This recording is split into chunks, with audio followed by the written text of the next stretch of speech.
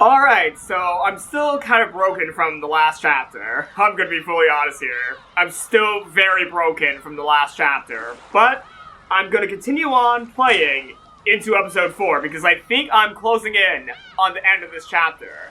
Whether it be this video or next video, I am very close to the end. And I'm really hoping that maybe Ange might, figure out a way to make things, make slightly more sense at the end of this episode. Yeah, I'm really hoping that Ange, will try to, get some sense out of what's going on here.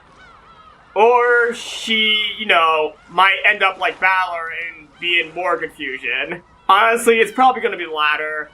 Ange's probably going to fall into confusion just like Balor and I have, but I at least have some hope for her. This could be the last chapter. I'm not for sure.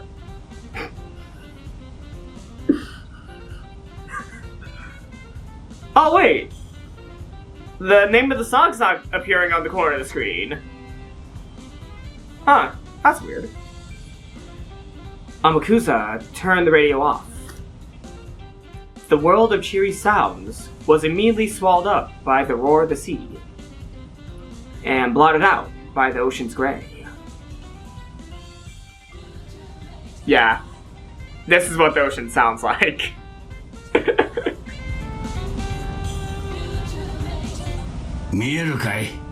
Thunberg Lily. あの辺が当時の船着き場だ。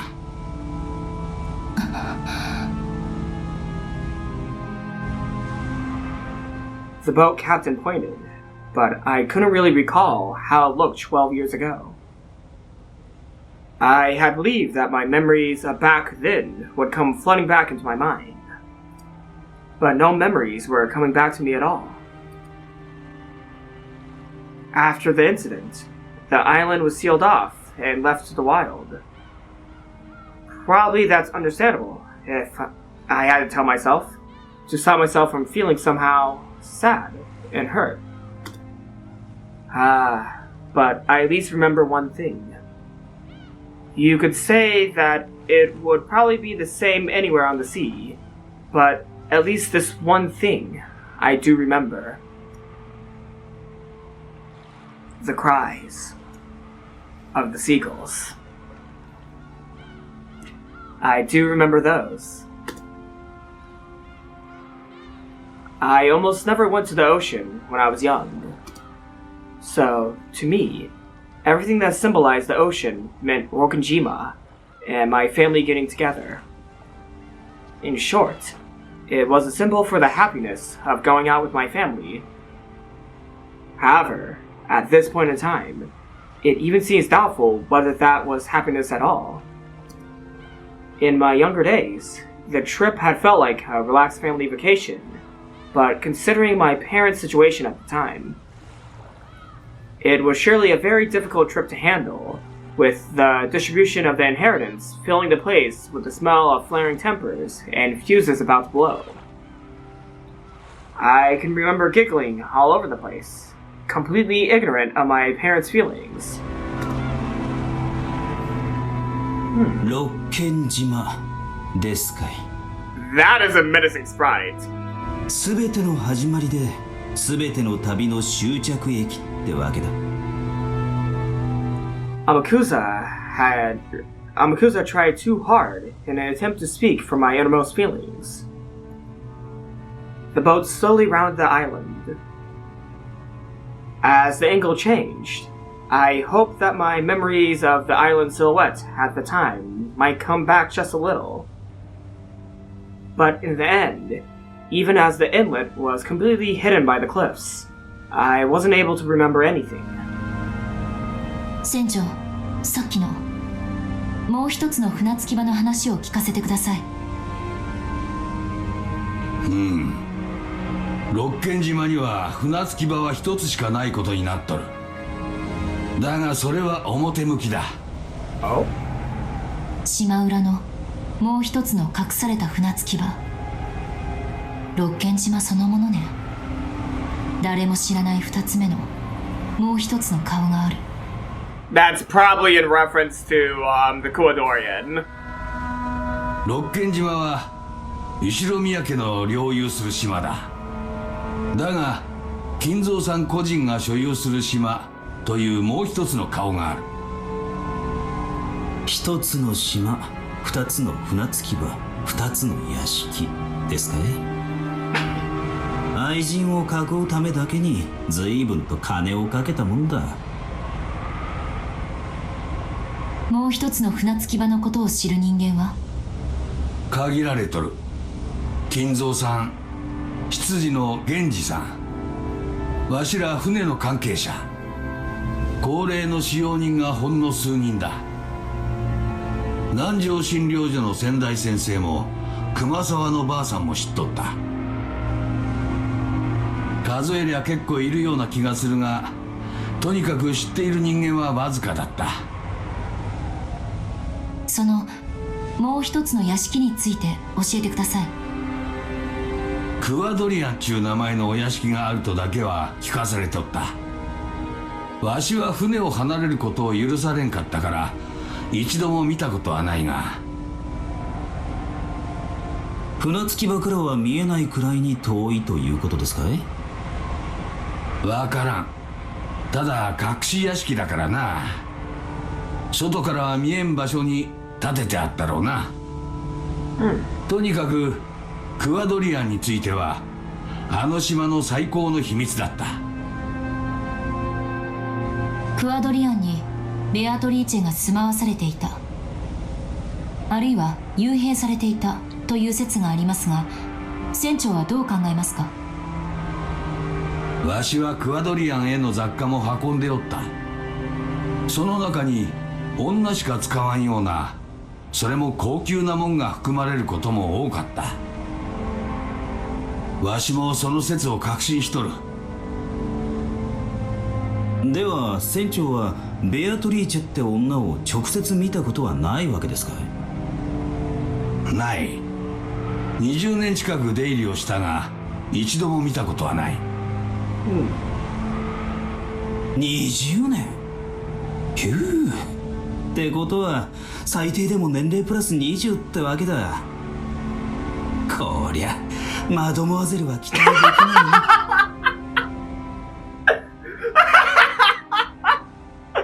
Oh my god, I'm a Kuza!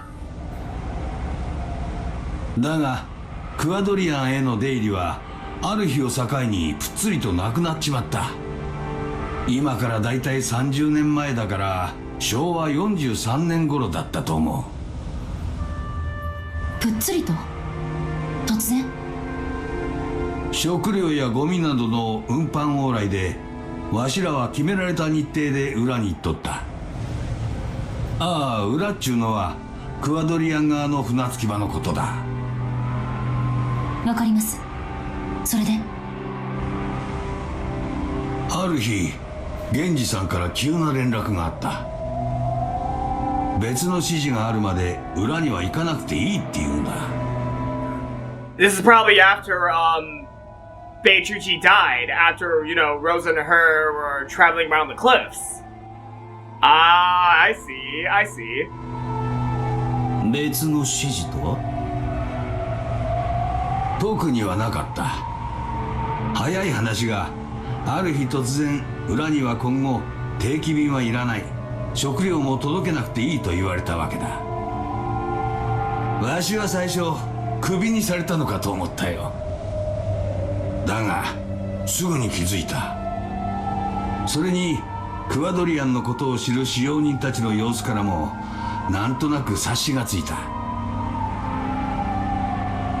ベアトリーチェが死んで食料を届ける必要も世話人を送る必要もなくなっ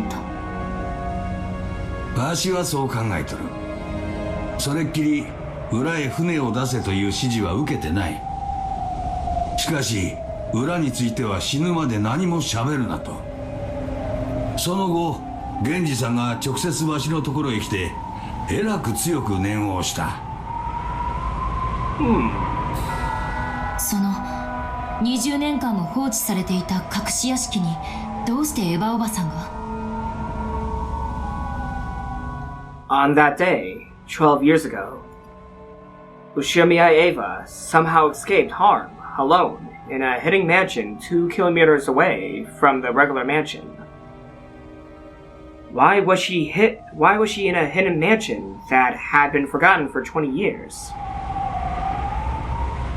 ワイドショーで見たよ。わしにも何が何だかさっぱりわからん。エヴァさんを裏へ案内したことは一度もない。どうやってクアドリアンを知りたどり着いたのか、わしにはさっぱり見当もつかない。 Someone had to tell her. Someone had to tell Ava. Most likely the culprit. The culprit had to have told Ava about the Cruelty. Because there's no other way, there's no way she would find it by pure accident. Someone had to tell Ava about the Cruelty, like where it is on the island. Yeah, someone had to have told her. 裏のクアドリアンに陸路で行くことは不可能だったのかしら。もしも話通りに未開の密林だとしたら、おめかしした奥様風情に踏破できるもんじゃありませんぜ。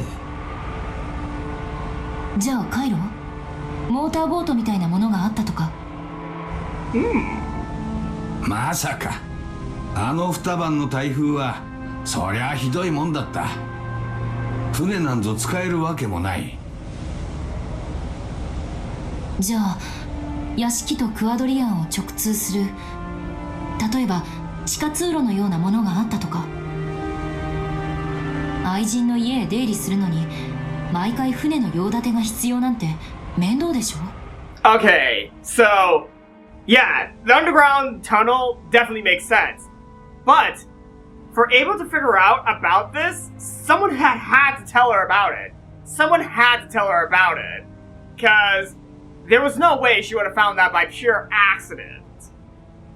So I'm on the thought of she had been told where that underground passage was. Likely by the culprit, but that's where I'm stuck. I don't know who this culprit would be at this point.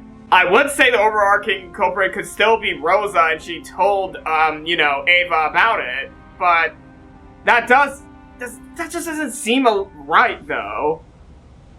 That doesn't seem right, but that, could be an answer. Rosa had told her about it, but how would Rosa have known that? Because Rosa found it by accident when she was a kid. She did not know of the underground passage. She just found the Cruelty by wandering around in the woods.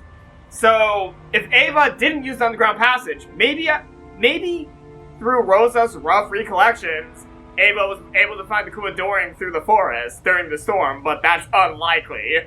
That is unlikely, so...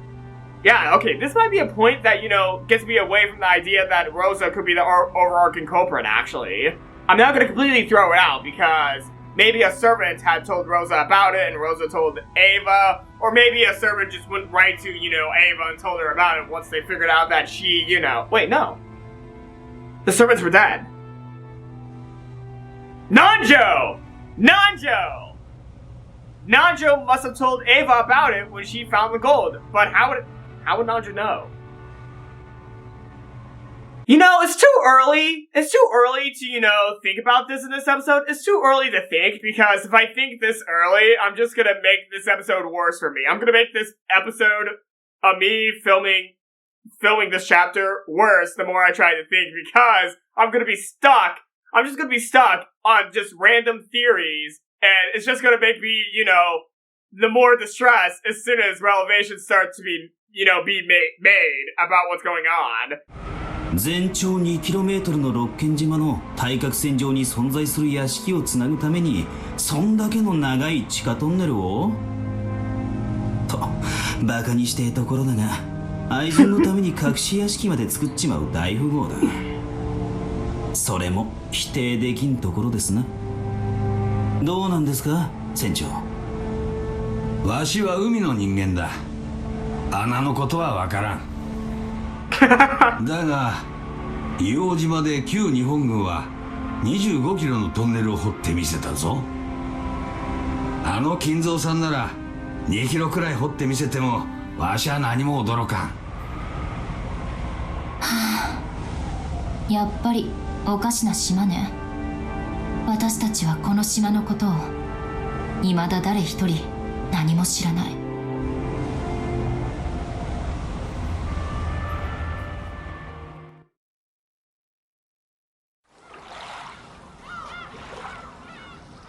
the boat reached the shore, there would be a short walk to reach the mansion.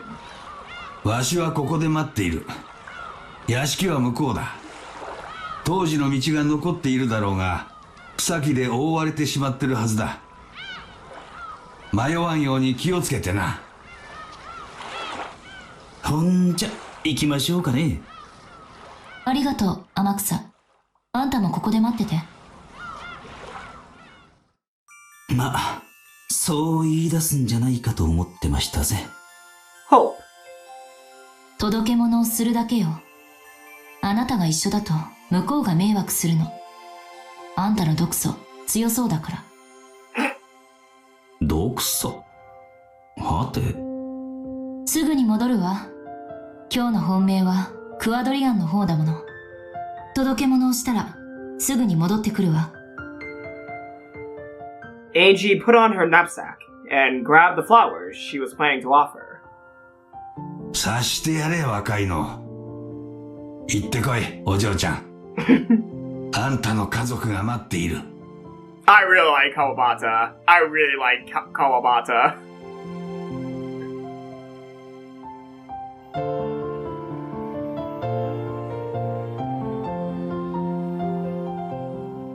Wow. Wow. Like, the, darker colors that they're using to show the island right now definitely show the gloom of the once formerly, powerful Rokkenjima. Like, the gloom just shows how in these past 12 years, Rokkenjima had fallen. Like, I have to say, I really like the color choice here, because it just shows just the, gloom of the formerly powerful island of Rokkenjima. And just the mystery. I'm sorry, I'm just pointing out something that I'm noticing for the colors that they're using in the backgrounds right now. I had never been on a road like this, but I had no trouble finding my way. If I walked straight ahead, it would probably guide me to the final destination for everything. The vegetation certainly was incredible, and you would lose track of the path if you were careless enough to let your attention drift.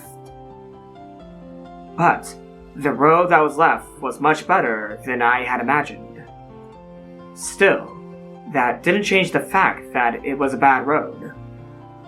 Contrary to the distance shown on the map, I was forced to walk a long way. Wait. Oh, she's going to the corridor, and yeah. The forest was deep and dark. At the time, I had been threatened into staying away from the forest because of a witch lived there. Of course, that fear is gone now, but I feel it. Other people may not be able to, but I can feel the presence, like an aura, of the Golden Witch, Beatrice. Massive, oddly shaped rocks scattered here and there, overgrown trees and ivy. The voices of birds and bugs. Yeah, I can feel it. I can feel that the witch is here. Ahead, an ivy-covered construction site fence and warning sign stood. No entry! Tokyo Metropolis.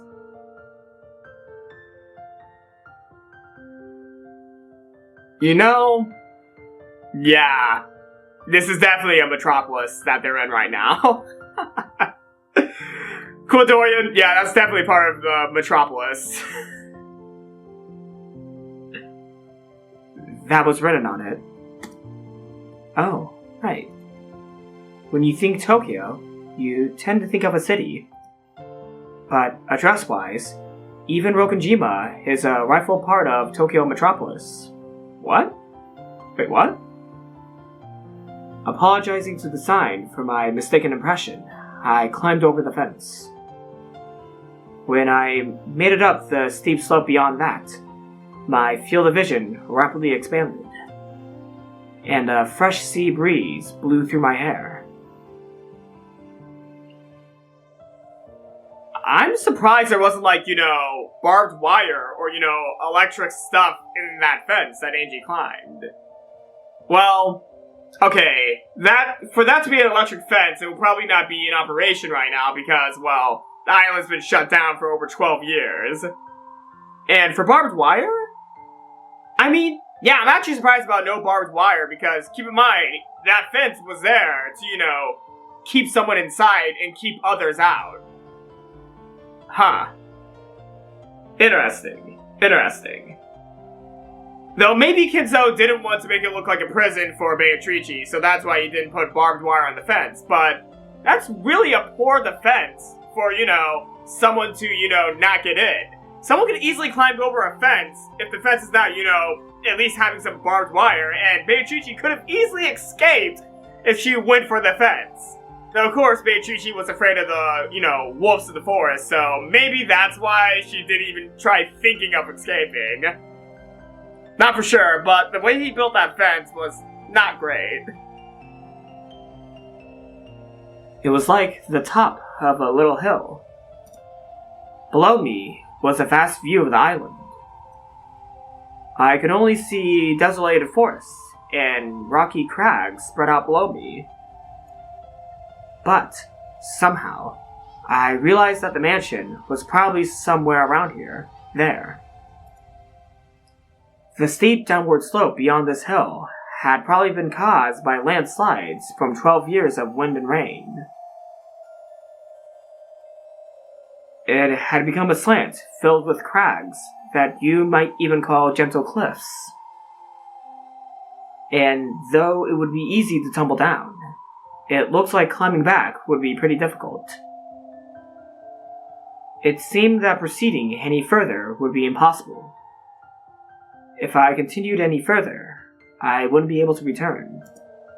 In other words, this is the border. Between 1986 and 1998. That day and today. And this world and the other. ここがこの旅の終着点みたいね。As the strong wind blew Mammon and Saktaro's hair, they looked down from the hilltop. ここからじゃさっぱりわからないわ。お屋敷はどこ？もっと近づきましょうよ。無理だよ。戻ってこれなくなっちゃうよ。We won't be able to come back. Huh. He's right. This is 1998, and I am the Ushimiya Ange who has been left all alone. At first, it was a journey to die, but not anymore. It has become a journey to accomplish something. だからごめんね、二人とも。あの日の私なら何も戸惑わずにこの崖を降りるだろうけれど。ビルの屋上から飛び降りた後宮エンジェが情けない。I mean, at least her jumps off the skyscrapers, she at least knew what she was going to jump onto. Like, she knew she was going to jump onto, some emergency, tarps. For the first skyscraper, she knew she was going to fall on some emergency tarps. And for the second time, she knew she was going to jump on top of a car. Even though, well, both of those were pretty stupid, she at least knew what she was jumping into. But for the rocky edges of what we're seeing right now, yeah, that wouldn't be that great of an idea. And once if she jumps onto one of the crags, and the crag just let loose and tumbled as soon as she landed on it. Yeah, even though jumping off skyscrapers is stupid, jumping into a cliff is even more stupid. ごめんね。ここでも同じだよ。あの日の風が感じられるから。こんな風だったっけ？もうすぐ来てくれるよ。みんな。Oh? Saktaro said it as though it was completely natural. And I believed it. Mom, Dad, Oni-chan, all of my relatives, and those fun servants, and Maria One-chan. 私よ、エンジェよ。私は帰ってきたわ。When I started my final journey to expose the past of 12 years ago, its goal had been abstract, and I hadn't understood. But now, I have no doubts. This journey was induced by all kinds of thoughts and fates over 12 years. A journey to end things, for me, Ushiramiya Ange. And a journey to end things, as the final wish of the Mariage Sorcière. I came here as the final daughter of the Ushiramiya family, and as the final witch. お父さん、お母さん、お兄ちゃん、ごめんね。先にマリアお姉ちゃんとの挨拶をさせてね。A strong gust of wind from behind urged me on. That gust took just my soul from out. I'm gonna repeat that.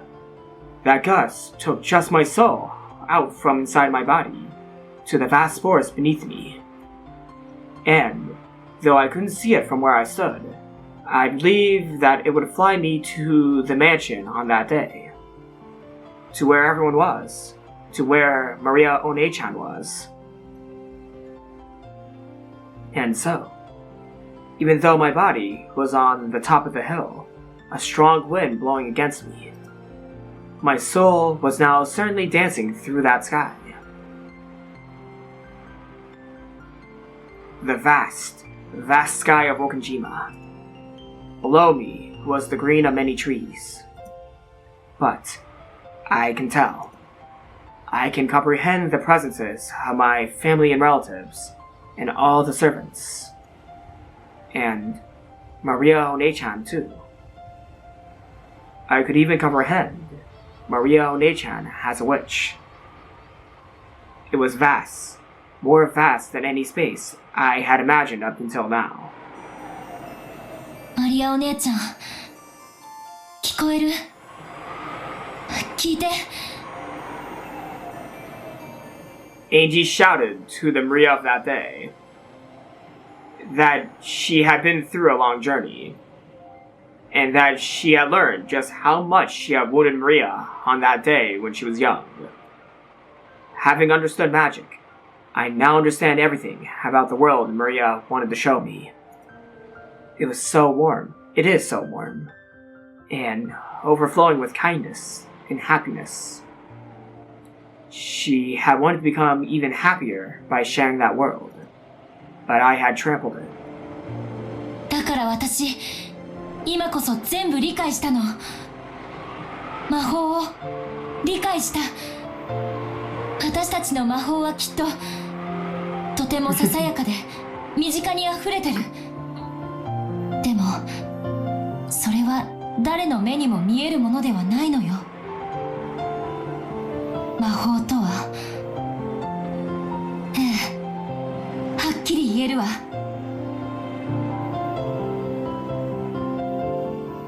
Without love, it cannot be seen. I'm sorry, One-chan. I've already been excommunicated from the Witches' Alliance, but after all this time, I now understand how wonderful it is.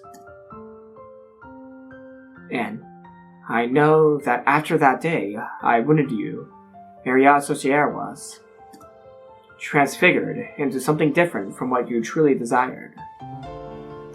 Back in those days, even magic that allowed you to vent your anger by cursing people was probably important to you. Your environment was unhappy enough for you to be allowed that. でも、もうそんな悲しい日々は終わったよ。だからお姉ちゃんの魔女同盟を元の優しいマリアージュ・ソルシエルに戻そう。 The grimoire was in my hands without me realizing it. The strong winds were rapidly blowing its pages one after another. It had been a kind world at first. What to do to create magic so that candy rains from the sky? What to do to create magic so that tomorrow's dinner becomes cream courgettes? What to do to create magic so that tomorrow's weather is good when you go out and you have a fun day? New magics of happiness were created one after another, coloring her world with kindness.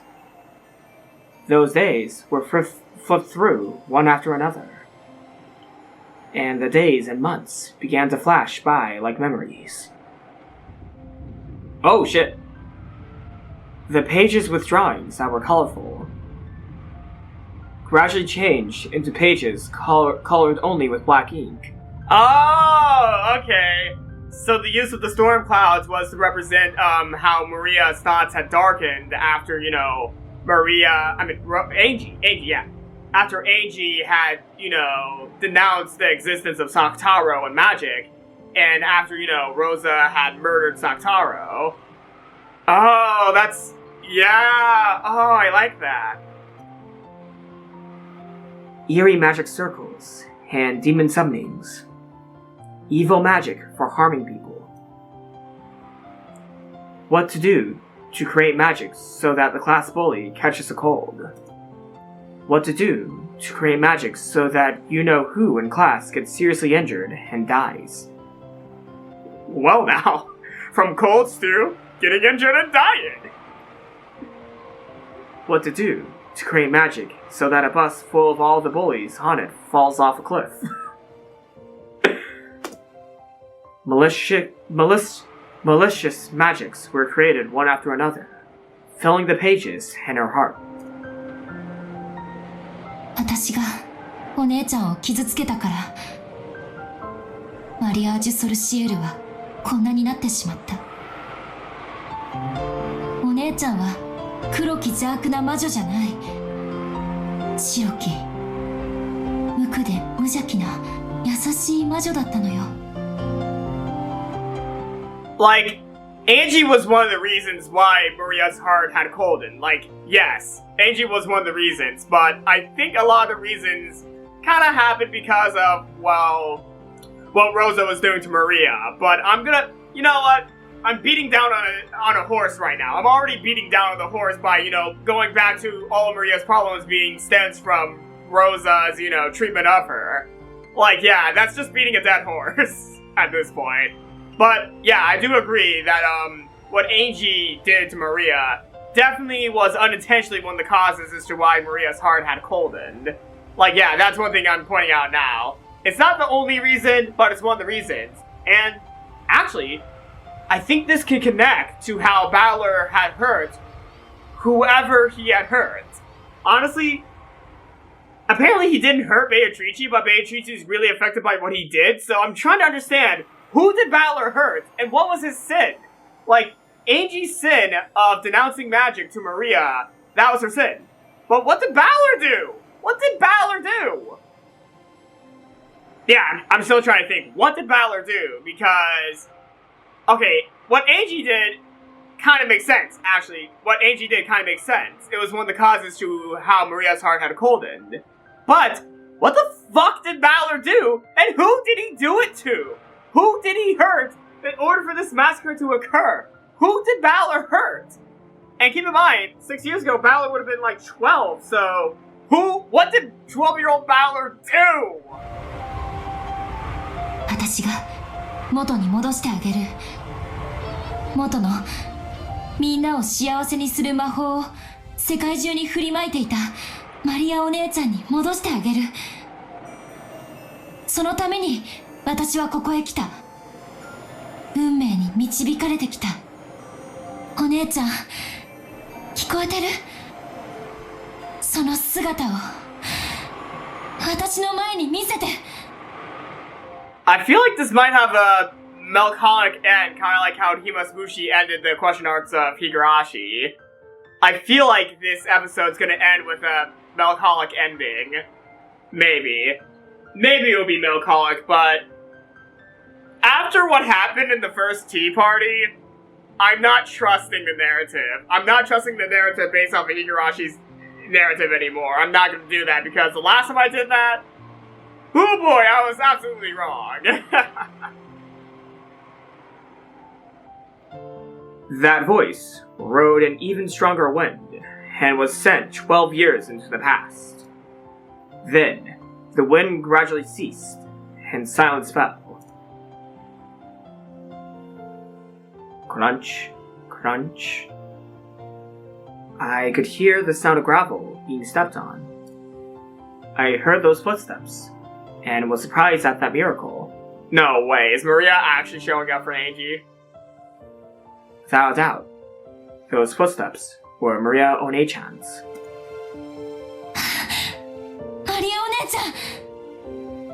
It's not Maria. No, it's definitely not Maria. She looks way too happy for it to actually— Kasumi. Oh my fuck! Oh my fuck! Oh shit! Oh god! No! Of all people to show up, it's fucking Kasumi! Oh fuck! Oh fuck! Like, I knew she was pursuing Ange and all that, and I knew she was likely heading to Rokkenjima, but holy shit! Oh god! Right as I was thinking about how this could end melancholically, I'm glad I caught myself. I'm so glad I caught myself because, of course, fucking Kasumi shows up. Fucking Kasumi shows up. God damn it. Oh, fuck. What are you gonna do? What are you gonna do?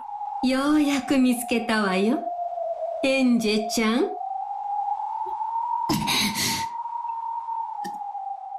Before I knew it, Aunt Kasumi and her black suits, a total of 7 people who didn't resemble Maria One-chan in the slightest, were standing there, surrounding me. And it felt like my voice had been just about to reach Maria One-chan too. Because of these guys' toxin, the magic got interrupted. Ange clicked her tongue at that, but Kasumi probably didn't hear it that way. そのお花は亡くなった家族への？偉いわ。それ投げるんでしょ？いいわよ。それまで待ってあげる。And after she throws them, are you gonna throw her over the cliff or something? For what? Ange could more or less guess. The way the black suits had their hands unnaturally stuck into their pockets made me realize that they were obviously in possession of handguns. This is a deserted island. There could be no more convenient place to dispose of someone. What happened? Wait, what happened to Amakusa and, Kawabata? What happened to the— Are they already dead? Are they already dead?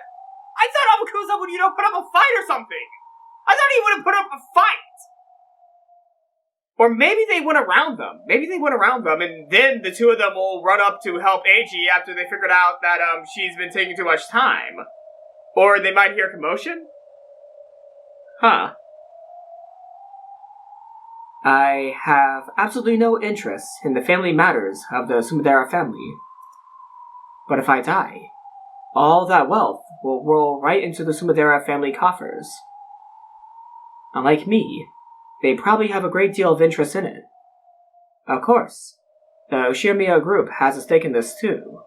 It seems that if the massive amounts of stock I own suddenly go to the Sumaderas, it'll be pretty bad for the Ushimiya group as well. And so they've apparently gotten themselves embroiled in a secret feud over me. That's probably why President Okanogi gave me Amakusa as a guard. Having Amakusa wait on the boat was a regretful mistake. おばさん、いつからここで待ち伏せを？早朝からよ。おかげですっかり待ちくたびれちゃったわ。Wait, Were you waiting on Rokkenjima this whole time for Angie? Were you waiting for her? That's dedication. 何しろ喫茶店もお化粧室もないからね。If there were, that would be kind of weird. トイレもないから、お上品に木陰で用を済ませていたわけね。仮にもスマデラ家の血を半分引いてる淑女が、そんな汚らわしい言葉を使うんじゃないわ。やっぱりスマデラキリエの子ね。気品のかけらもありゃしない。She grabbed me by the hair and forced my face up to hers. Then spat in it.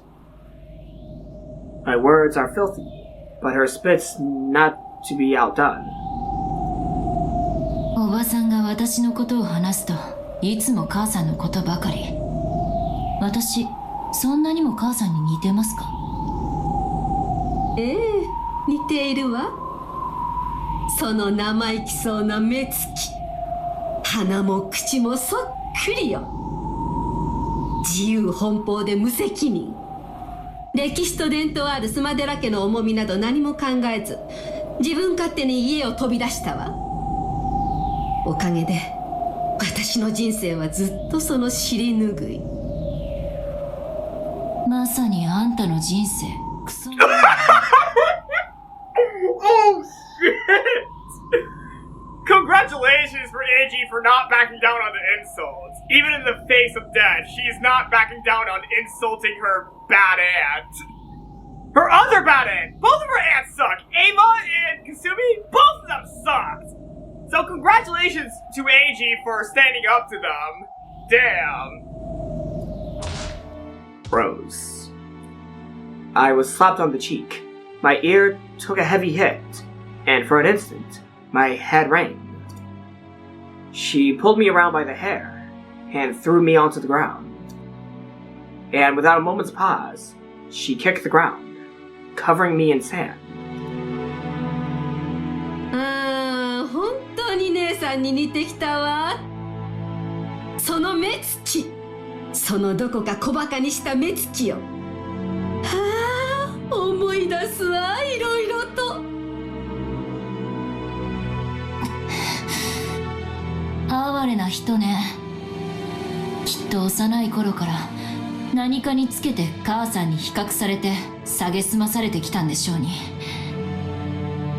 そしてあんたは一生その惨めさから解放されやしないわ。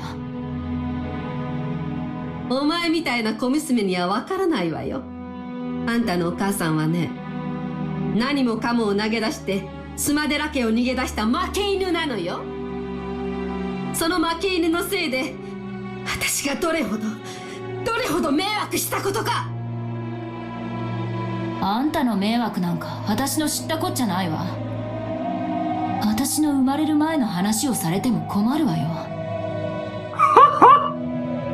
あんたの人生はいつ始まるの？始まりゃしないわ。いつまでもいつまでも永久に死んだ母さんに嘲笑われ続け、そのまま死ぬのよ。というか死ねばなんで生きてるの？ Damn! Holy shit! I mean, if words could kill someone, Kasumi's just gonna fall over and die right now. Holy shit! Oh my god! Oh my god! Damn, Angie! Holy shit! この口の減らないガキが。あんたたちちょいとお茶をしてやりなさいな。お任せを。口の利き方も知らねえクソガキが少し勉強させてやるぜ。The black suit dashed up to me, finally grabbed me by the collar, and dragged me down. 私が一服終えるまでに適当に。可愛いメイにちょいと身の程を教えてあげなさい。 Anytime now, Amakusa! Anytime now! Sumadera Kasumi. She was a pitiable person, to think of it. To the outside world, the women of the Sumadera family were trained to be in a position to support and defer to the men in the prominent positions.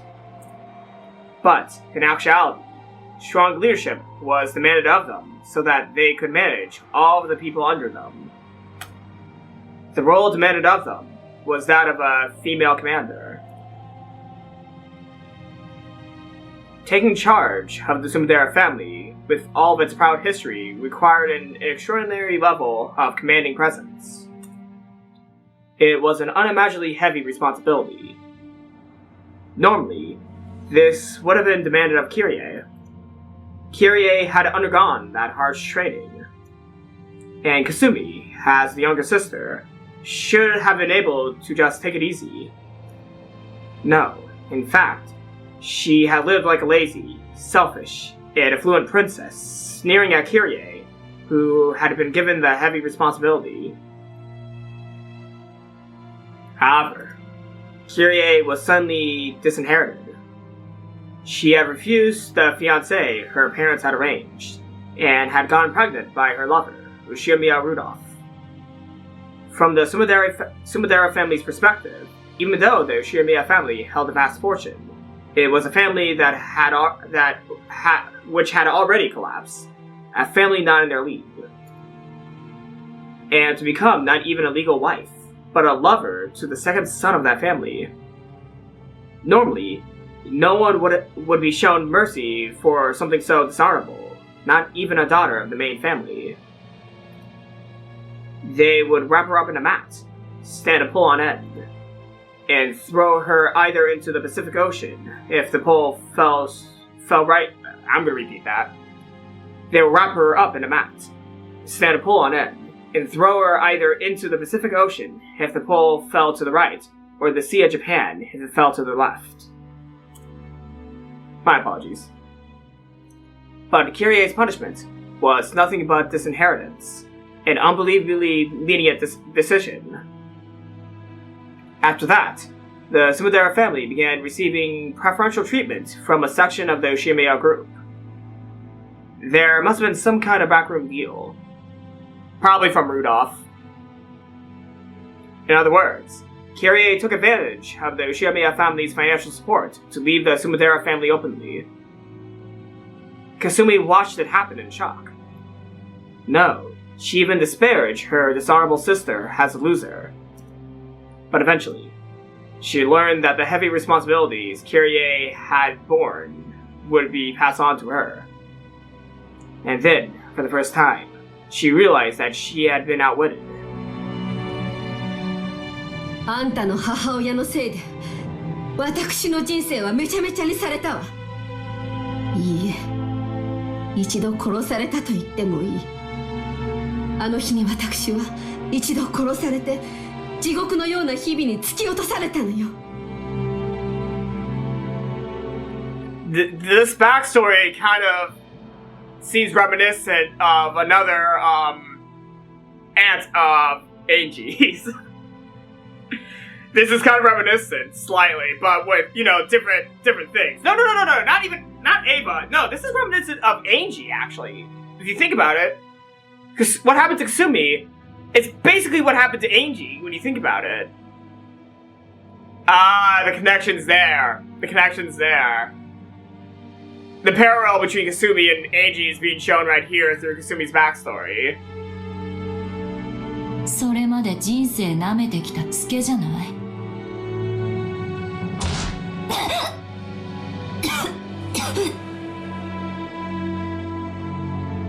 口の減らねえ小娘だぜ。うら！ Come on, Amakusa! Amakusa! Where the fuck are you? The black suit punched me in the gut, and I doubled over. But I was quickly grabbed by the collar and made to stand up again. As she continued to cold-heartedly look down upon Ange, Kasumi blew out a smoke. The hard days after Kyrie left were floating through her mind. Until then, she had been allowed to be simply a rich young lady, unrestrained and unaffected. Only Kyrie, the older sister, had been strictly trained, and she, the younger sister, had been able to live as nothing more than a princess. Then, suddenly, everything was turned over to such a degree that her life tumbled and crashed. 私の人生も生活も生き方も何もかもを奪われたわ。事情を知らない親類からは姉さんの不名誉を理由にどれだけ蔑まれたことか。Even though I'm drawing connections between Ange and Kasumi, I'm gonna say this now. It's hard for me to say this, but definitely I feel 1,000 times more for Ange than for Kasumi. Like, honestly, I don't really feel that sorry for Kasumi. I just feel pity. I don't feel bad for her. I just feel pity. I'm sorry. That's just my take on this. That's my take on it. Like, yeah, what happened to her was kind of terrible, but at the same time, yeah, I can't really feel that bad for her. I can feel pity, but I don't feel bad for Kasumi at all. I don't. I'm sorry. I can feel bad for Ange, and I can feel bad to Ava to a degree, but Kasumi, not at all. Not at all. I just feel pity. That might just be a little cruel, though. Like, I do understand what I'm saying here is cruel, so you can definitely yell at me in the comments below if what I'm saying is actually cruel, but I don't feel that bad for Kasumi. 呪ったわ。あなたのお母さんを血を吐くほどに呪ったわよ。 And she has a huge sister complex. I don't think I used that term correctly, but I don't know what the correct term to use, but she has a lot of issues with her sister. そりゃ嬉しいわ。これからもよろしく。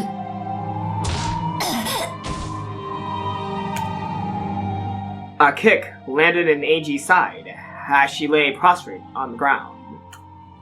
Ange didn't stand up again. So, she continued to lie there like a caterpillar, getting kicked every time she spoke up.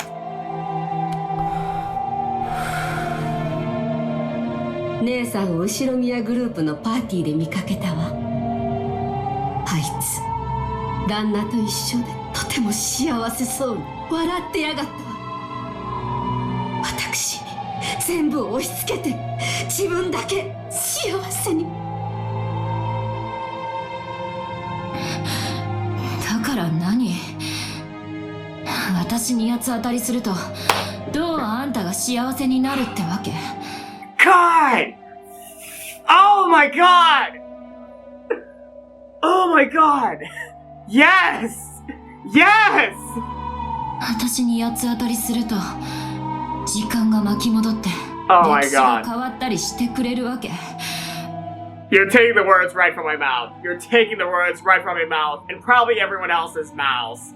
Oh my god.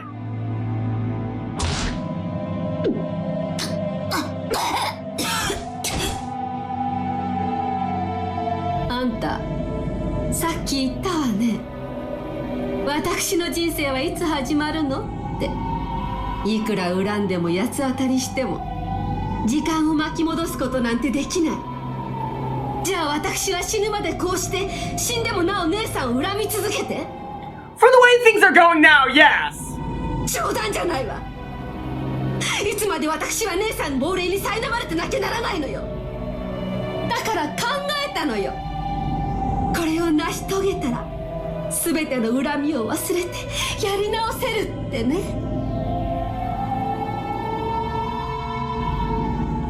Ange was about to respond to this with another bitter comment, but stopped, because she would be kicked again if she responded.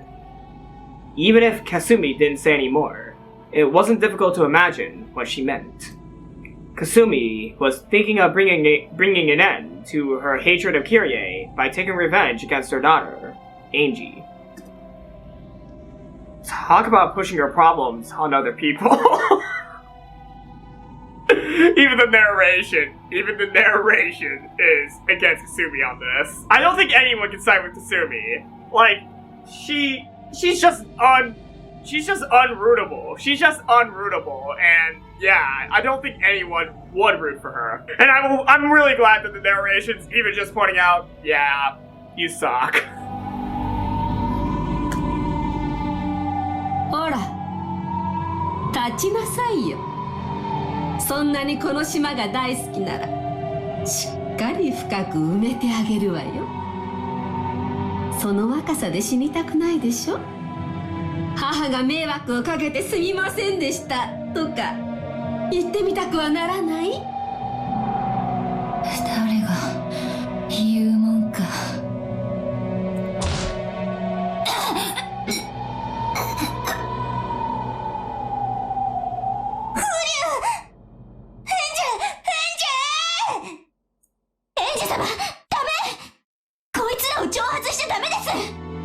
ここは表向きだけでも調子を合わせて時間を稼ぐべきです。くだらないプライドは燃えないゴミの火に出しとけってよく言うわね。天草さんは天草さんが来てくれればきっと。ダメ、あいつの姿は見えないわ。エンジ様のバカ、どうして天草を置いてきたんです？I don't need you to tell me that, Mammon. I'm already right in the middle of regretting it. I walked a long way to get here. The forest was very thick. There's no way that the disturbance here will reach the boat. Fuck. As Kasumi took her sweet time smoking that single cigarette down to the filter, I was continuously laid into by the black suits, however they deemed fit.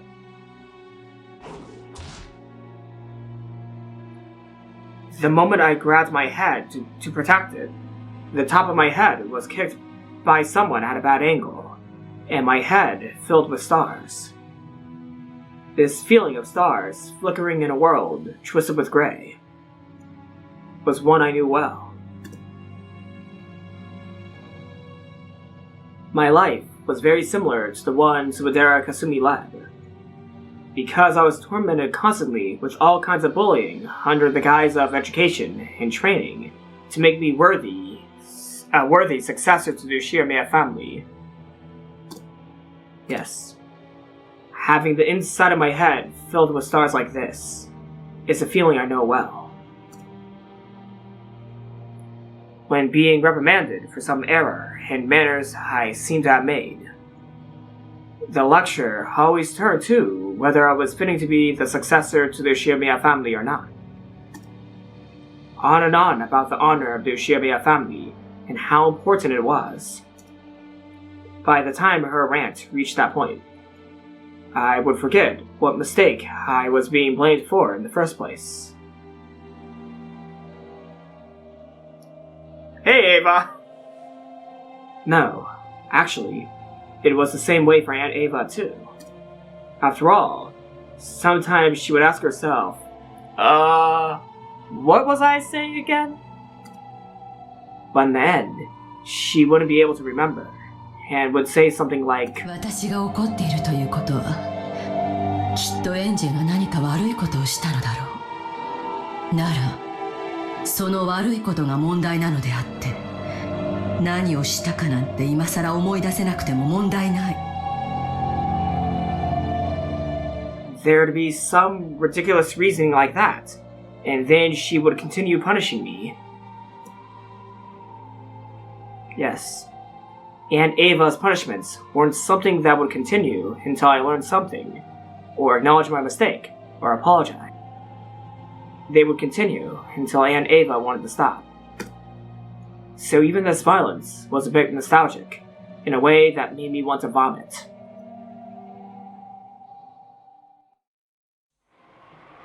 I opened my eyes, and oh look, there's Aunt Ava. Are you seeing Aunt Ava and Kasumi? Right next to... Oh, I see. She's just... Yeah, I see what's going on here. Right next to Kasumi, who was smoking her cigarette. I could see Aunt Ava. The two of them, looking almost as though they were laughing at me together. Fortitude.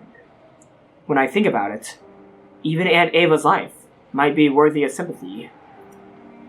The responsibilities and pressures of members of the Ushiyama family, which she had so often mentioned to me, were all things that she herself had suffered. Because people cannot voice insults that they have never been subjected to themselves. Oh. It's probably the same way for Aunt Rosa as well. I think they're mentioning the cycle of abuse. Yeah, this is one of the messages of the cycle of abuse, which is probably one of the biggest themes of Umineko. The cycle of abuse. The abuse from Kinzo going on to his kids, and then his kids bringing it to the grandchildren. Yeah, I think that's... Yeah, this is one of the moments where, it definitely, tells the readers, yes, this is one of the biggest, topics that is brought up in the series. The cycle of abuse, and how it just continues. It just continues, tragically. Yeah, that's definitely what's going on here. And before I continue on reading, I have seen some comments that mention that Maria would have likely gone down the same path, and I could definitely say I kind of can agree to that to a point. If Maria, kept on living, she would have likely had ended up like Rosa herself, from, how she was reacting in her head towards her own mother.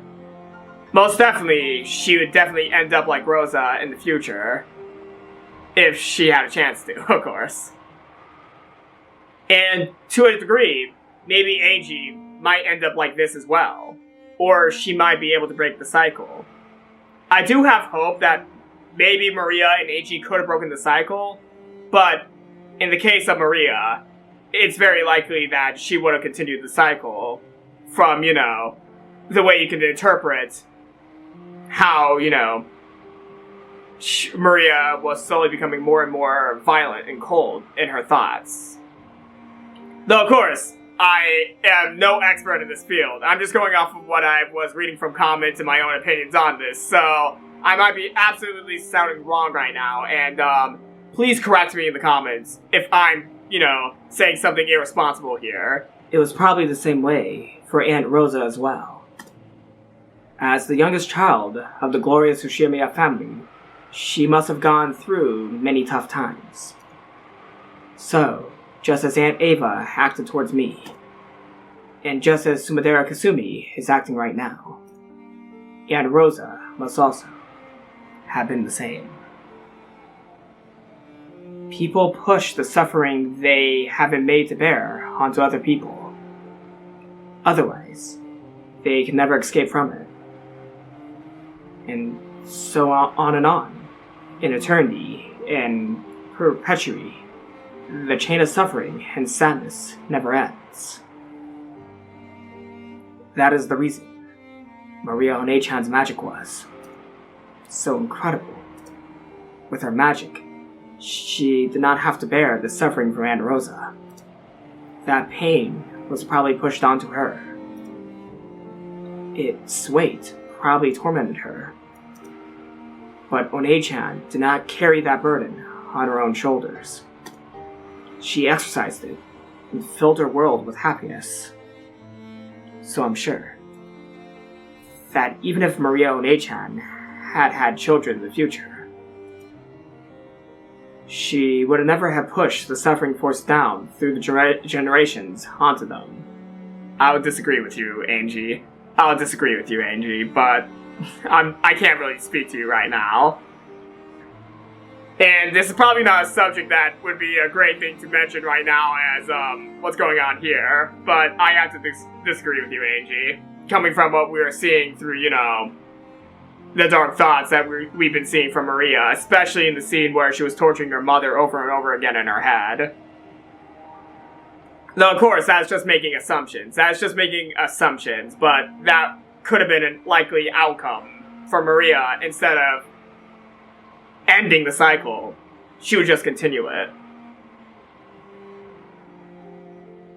Yeah, this is a really heavy subject. I'm sorry, everyone.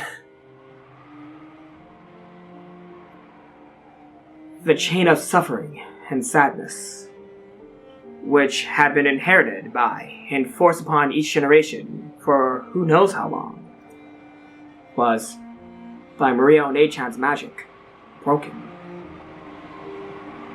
なーに？私に何か文句でもあるの？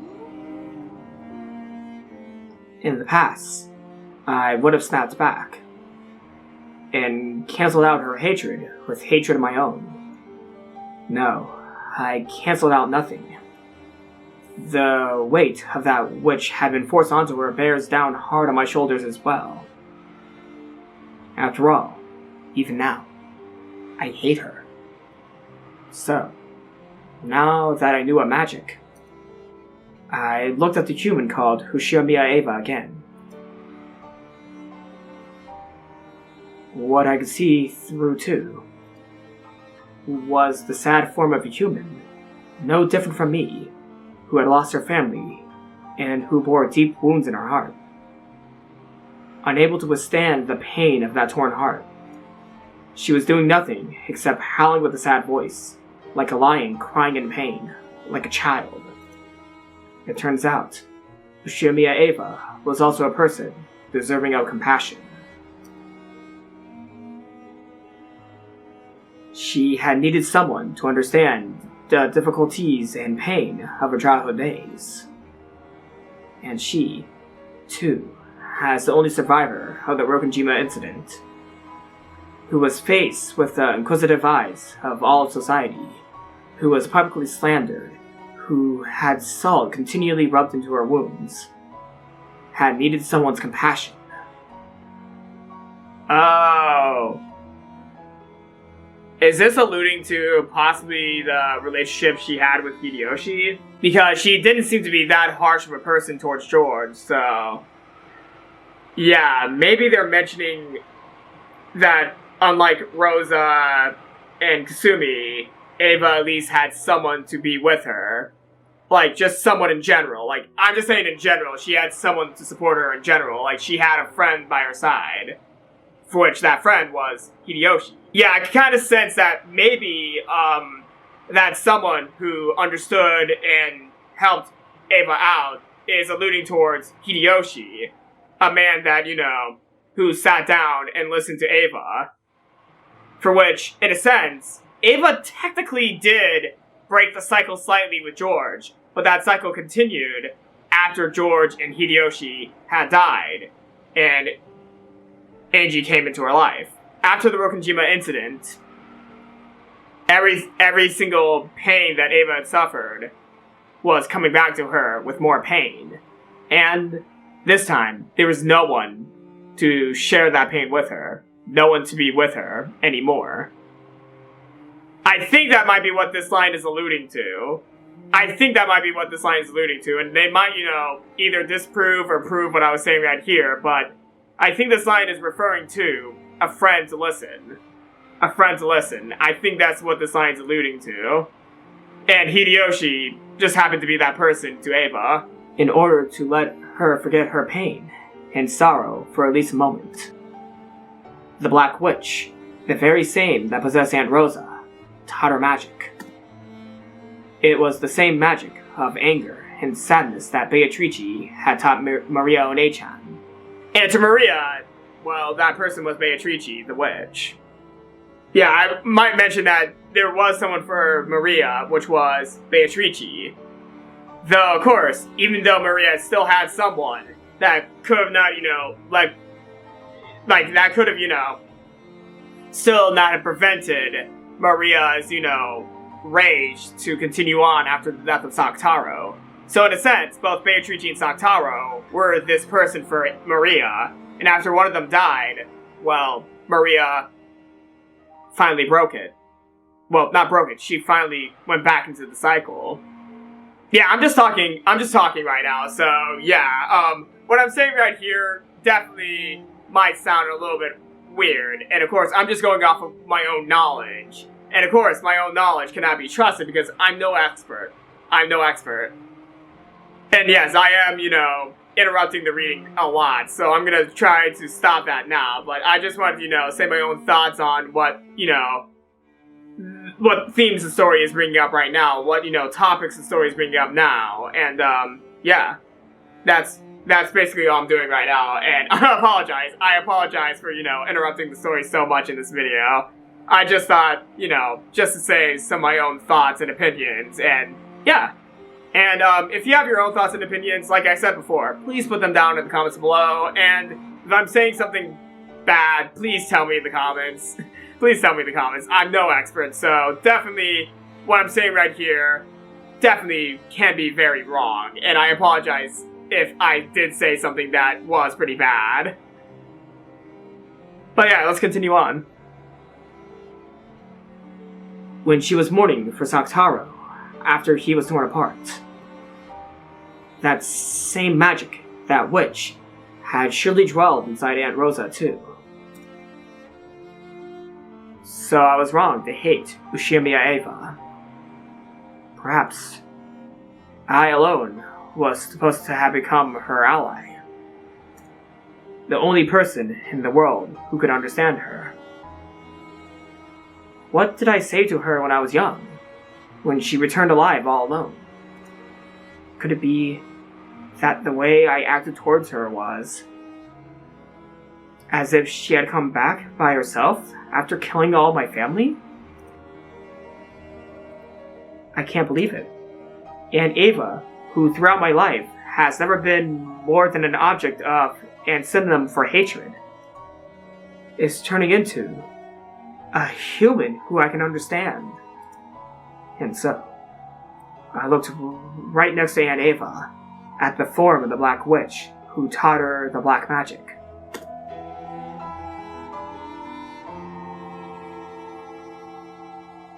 Aunt Eva was crying.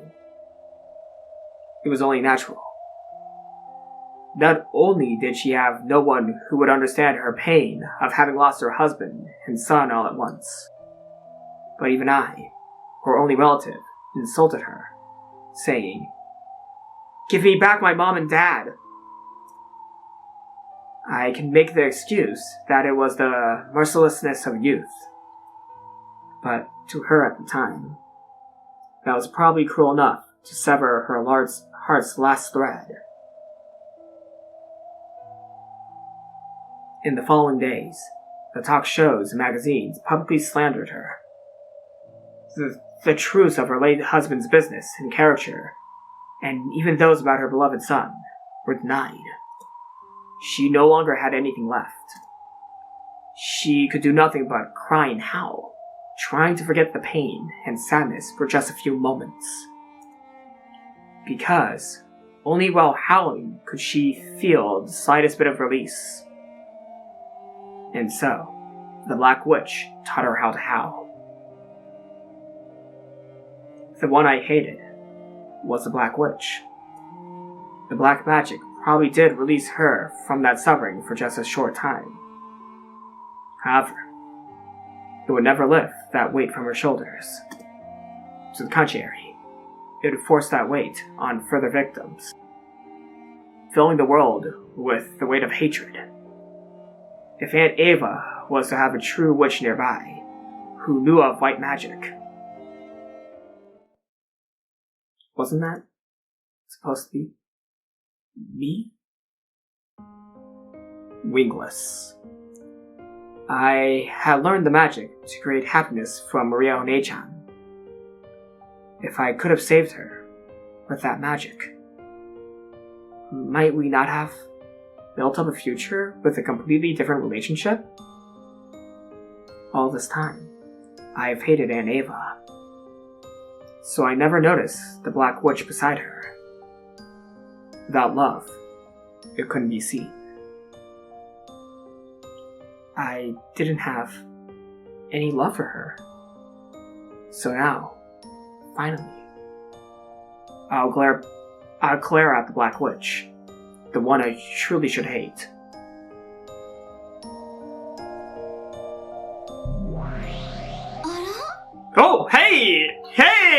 Angie. Nice seeing you again. 何？私のことが見えるの？見えるわ。私が憎むべきはエヴァおばさんじゃなかった。あんたよ。すごいじゃない。人間の分際で魔女の私が見えるなんてね。それでその目つきは何だと言いたいわけ？私が憎い？憎い？ええ、憎いわ。でも少し違う。ただ悲しく思える。悲しい？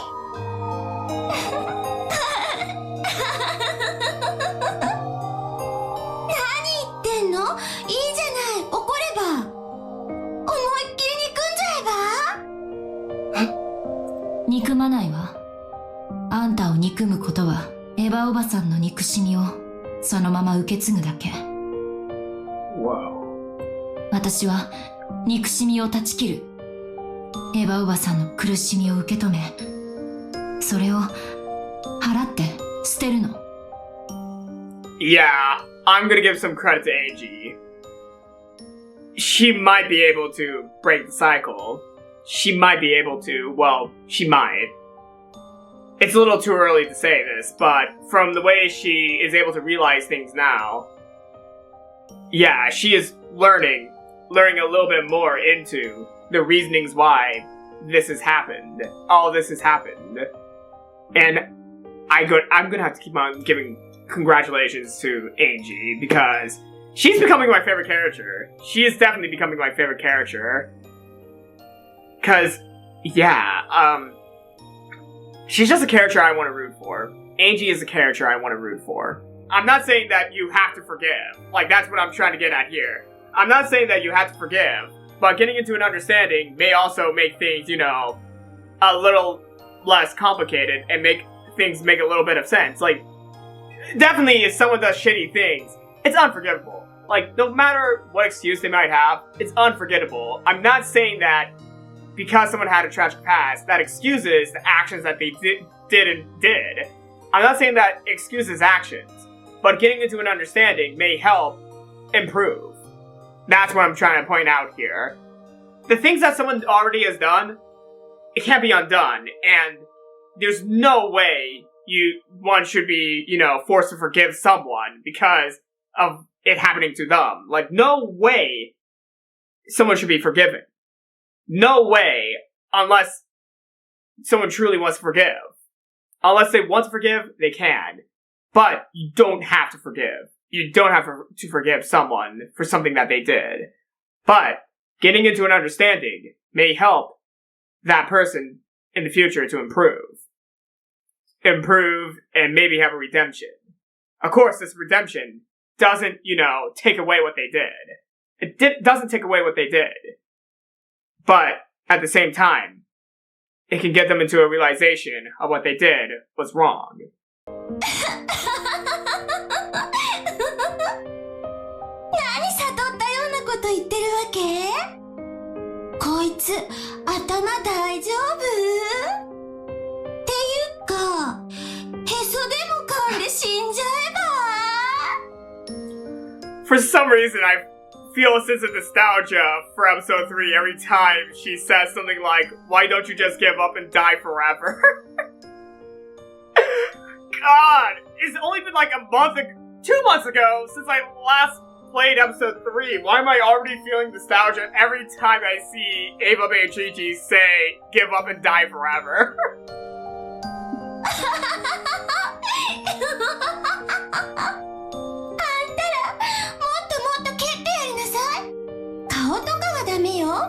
気の毒な顔がマシになっちゃったらつまんないから。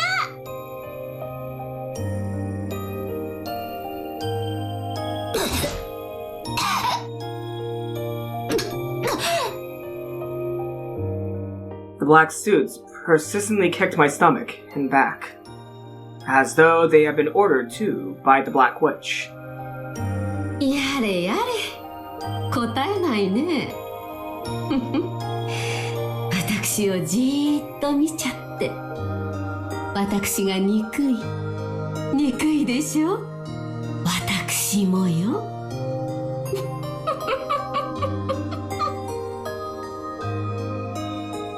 Kasumi sneered at me. But for some reason, I had the feeling that she was crying behind that expression. She's had a life just as unfair as mine forced upon her, and the pain of that never, ever heals. The sad lion continues to howl, gasping in pain from the thorn he can't get out. ほら、スマデラかすみ、見てごらんなさい。かつてのあんたがそこにいるわ。気分が晴れるでしょう。かつてそこにいたあなたが、今度はこっち側にいるのよ。愉快でしょう。立場が逆になるのは。本当に愉快だわ。You can interact with her? なんでそんな顔ができるのよ、エンジェ。泣きなさいよ。泣きたいんでしょ。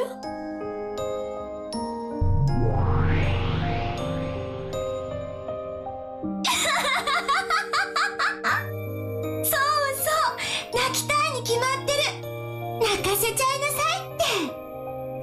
あの時のあんたは泣かされちゃったじゃない。だからこいつも泣かせてやりなさいよ。エンジェもいいのよ。泣いちゃえば。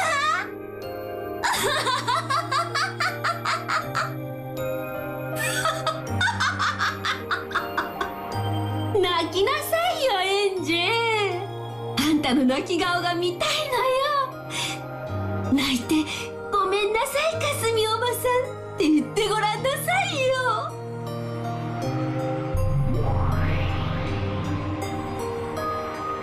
そう、その言葉を言わせるのよ。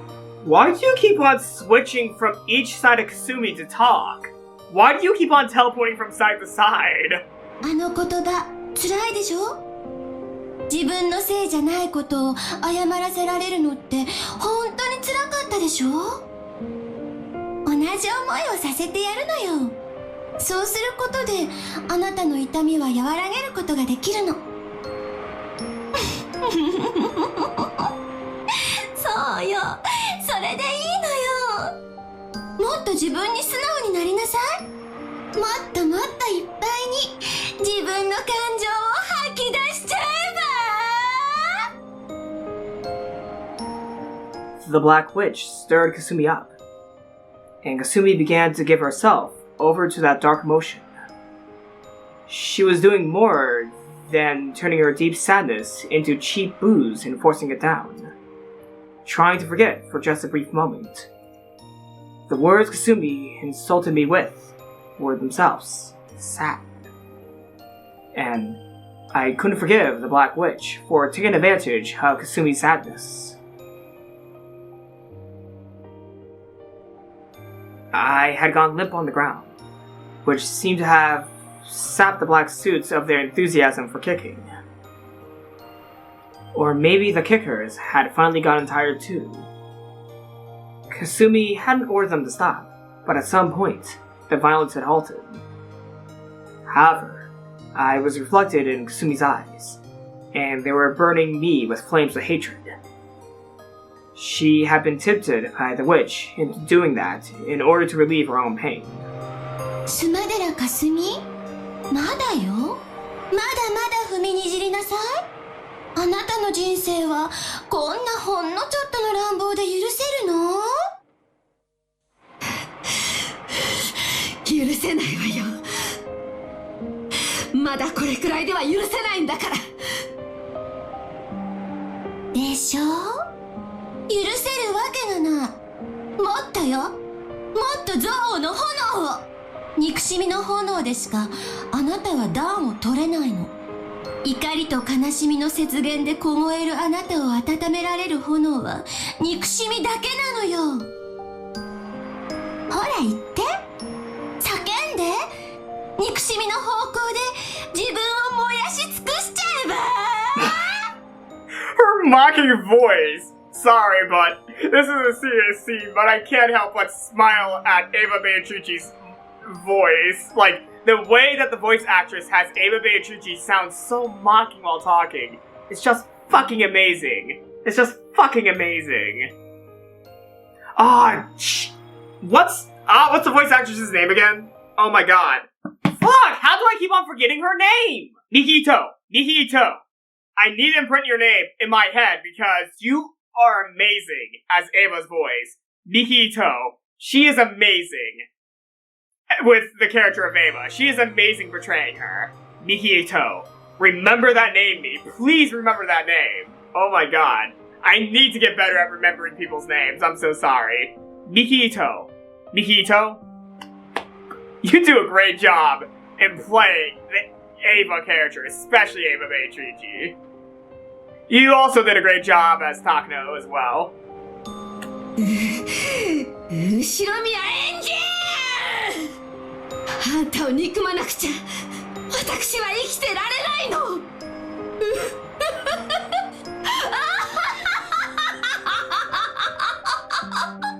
Though I have to say, whoever voiced Kasumi is also really good as well. Sumi Shimamoto. Alright. Sumi Shimamoto.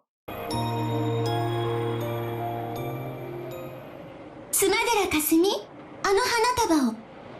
これ、死んだ家族への花でしょ、エンジェ。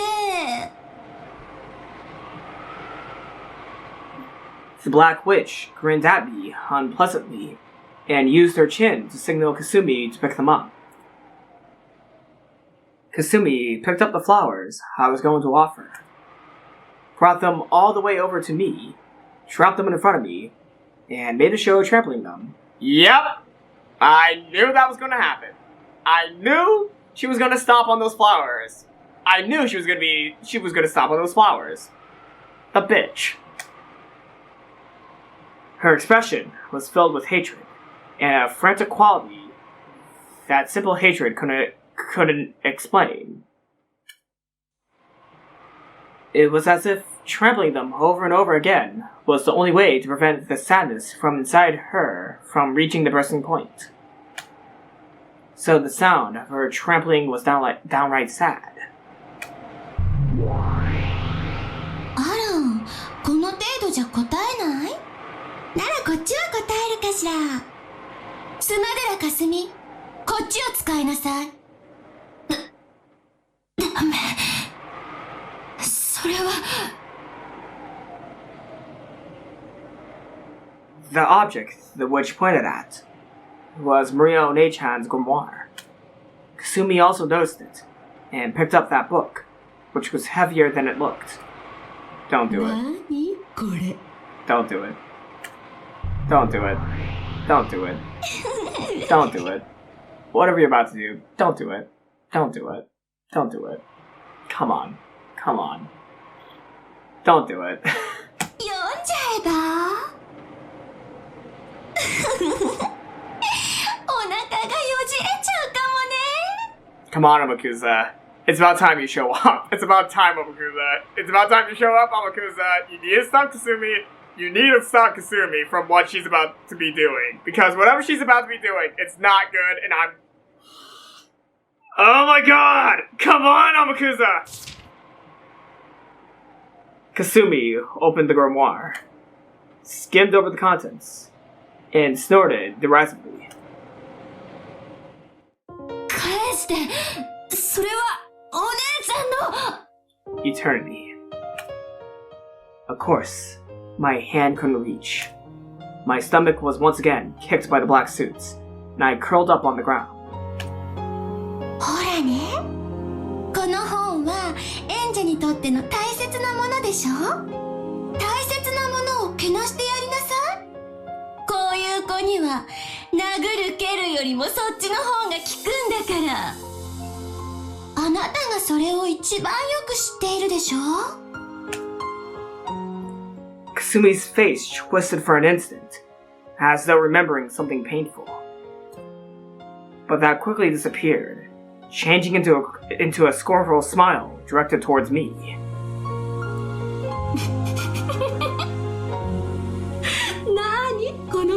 地悪い本あんたが書いたの？やめて、返して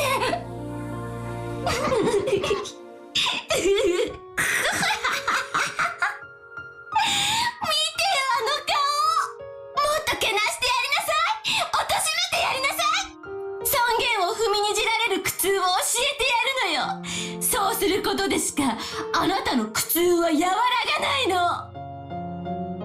Everybody Truchi is definitely supposed to be representative of the dark thoughts that people can have.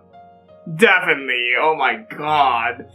Like, you hate her, but at the same time, you gotta admit, she's doing her job quite well that you can't absolutely despise her.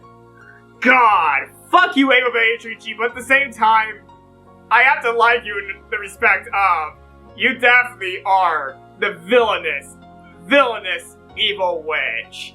That's one thing I could give you props for. You definitely played the evil role amazingly. 何これ、恥ずかしい本。少女の時代に多少は占いの真似事に興味を持つこともあるけれど、これはちょっと行き過ぎじゃない？やだ、魔法だって。あんた、あれでしょ。アニメとかのなんとかなんとかって呪文を言いながら魔女に変身するやつ。Labbity blibbity woo. ああいうの好きなんでしょ。痛々しいわ。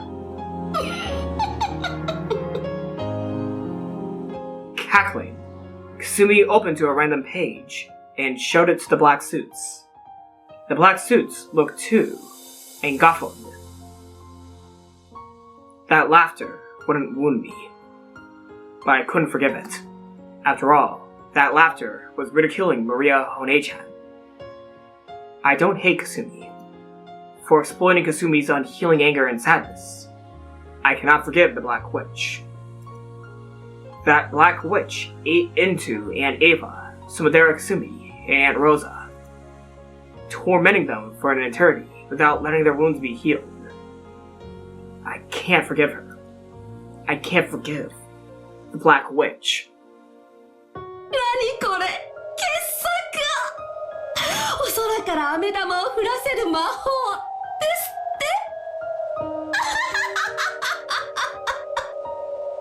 って？何何？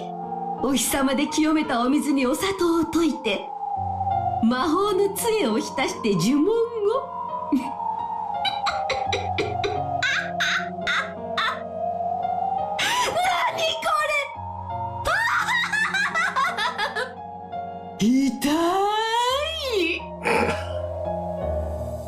Wow, that was inappropriate of me, but still. But still, the way that, she's saying those lines is so good. Oh my god. The way she's saying her lines right now is just really freaking good. The black suits also rolled around, guffawing.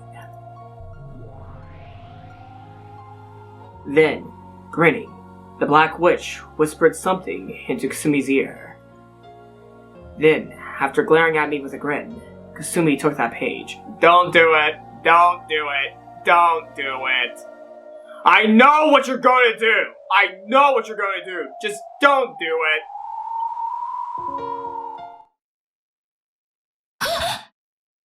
Yep. I thought there was going to be a sound effect, but there wasn't. Thanks for being born. Yep, knew it! I fucking knew it! Fuck you! Kasumi grabbed hold of that page, tore it out, crumpled it up, and threw it away. ひどいよ。それはマリアの魔法。あら、そうなの？それはお気の毒。It was one of the magics to summon happiness that Maria had made with Sakataro. Anyone knows that making sugar water, coloring it with paint, and leaving it by the window isn't going to make candy rain from the sky. But after repeating that every day, one time when she got back from school, she found several pieces of candy scattered around that place. How happy must that miracle have made Maria One-chan? What good care she must have taken of those candies, savoring them during her nights all alone with Sakutaro to distract herself from her loneliness. That magic which One-chan had created was torn out, thrown away, and disappeared. The entire miracle of happiness created by that magic she tore out and threw away. Fuck it! God. This is a reason why I cannot feel bad for Kasumi. I can only feel pity. I can feel pity and dislike towards her. God! Fuck! Sorry, I'm getting a little heated, I'm sorry. But fucking A. Oh, come on! Amakusa! Where are you? これも傑作だわ。晩ご飯をクリームコロッケにする魔法。次は何？ピーマンが美味しく食べられる魔法。これも生かすわ。バカバカしい。それも破いちゃいなさいよ。どんどん破いちゃえば。With a cruel-hearted, loud laugh, the Black Witch made her tear out Maria One-chan's magics, one after another. She sneered at those happy magics, ripped them out, and threw them away. やめろマリア教の魔法を怪我すな汚い毒素で怪我すんじゃない Mammon cried and yelled, but she had no way of reaching Kasumi. いいじゃない怪我されちゃえば魔法の奇跡幸せにする魔法ないそんなのないってば痛みと苦しみはね他人に押し付けてしか癒せないのよあんたは確か魔法のお友達とかいうやつだったわよね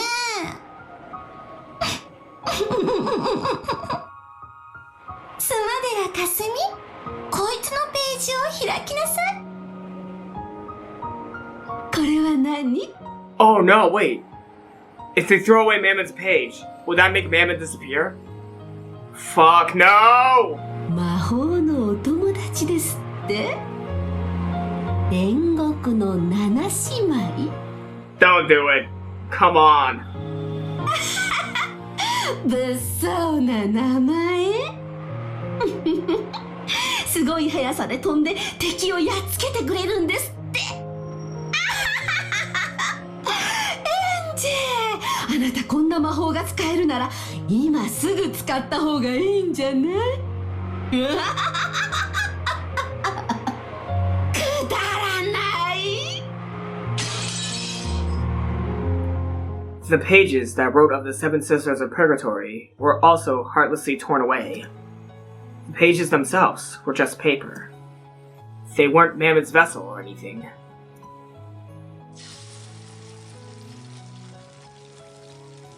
But the tearing, denying toxin burned Mammon from the inside. Mammon's face twisted from the heat and pain. 大丈夫マモンしっかりこれくらい平気私よりエンジ様の方がつら I'm sorry. However, Mammon's expression was twisted in unbearable pain and humiliation. やめろ黒き魔女どうして君はそんなことをするんだよどうして魔法を幸せのために使えないんだよ。あんたも魔法のお友達ね。あんたも怪我してあげるわ。スマデラかすみ、こいつのページも探しなさい。こっちは何この下手くそなライオンの落書き。作太郎、変な名前。一番大好きなお友達だって。そうなの？これがあんたの友達？親友？このライオンが？ねえねえ。本当に下手くそな落書き。こんなブサイクなライオンがあんたなのね。こんなのお友達にしてるなんて、後ろ宮マリアってこの頭のかわいそうさに呆れてへそでお茶が湧いちゃうわ。バカみたい。へそ噛んで死んじゃえば。うりゅ、マリアをバカにするな。やめて、破かないで。ダメ。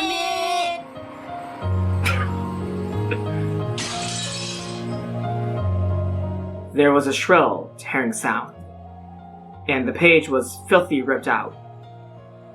The picture of Saktaro, that One-chan had drawn, was finally ripped in half. Oh, fuck Kasumi. No. Oh, what are you doing? Why are you doing this? Why are you doing this? Why are you doing this? Stop! Stop! No! No! No! No. God damn it. Ugh. Why? 下手くそな絵。 Why?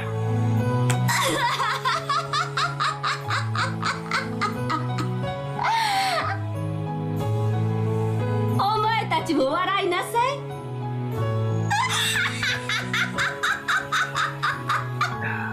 Can't believe I removed the tissues from this room. I'm fine. I'm fine. I'll just wipe them away. Oh man. Obeying the pair, the black suits laughed crudely and heartlessly trampled all over the paper that had been torn and thrown away.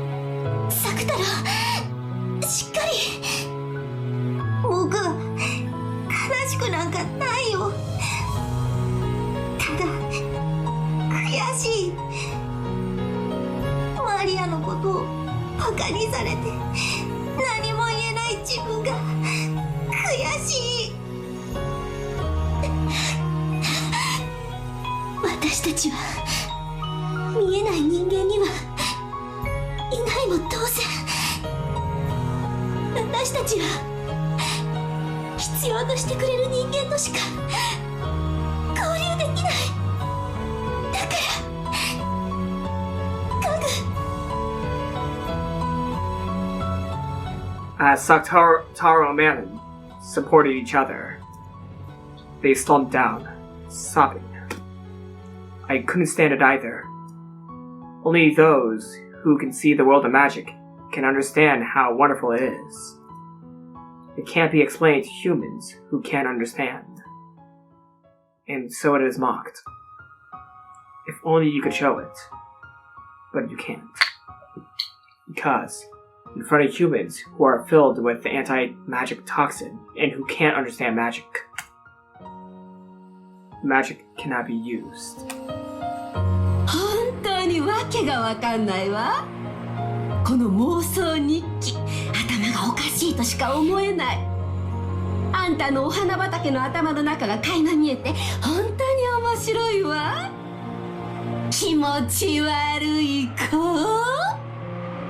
あんたもマリアも、そこのぬいぐるみと家具もね。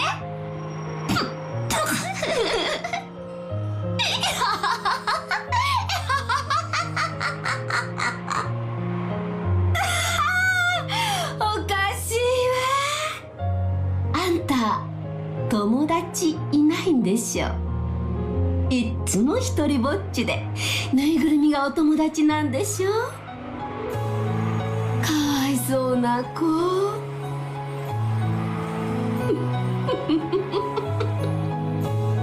大丈夫、私にもわかるわよ。そういう生活わかるものだから、私が認めてあげるわ。あんた本当にかわいそうな子よ。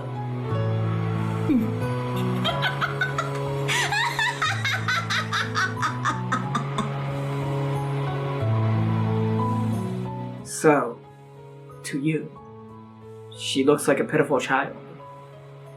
Yes, I'm sure she does. If 100 people were to read One-chan's diary and grimoire, all 100 would probably get that same impression. I used to be one of them. But you know, in spite of all that, Maria One-chan still called this a world of happiness.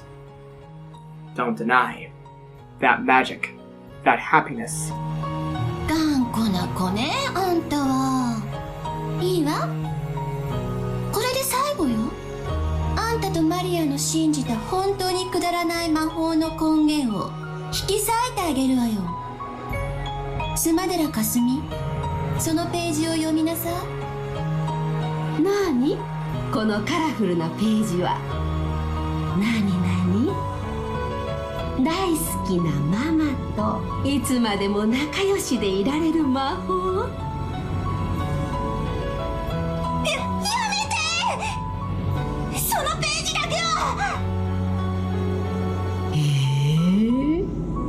この魔法すんごく簡単じゃない。私でもすぐできそうだわ。こんなに短い呪文なら私にだって覚えられちゃう。やってみようかしら。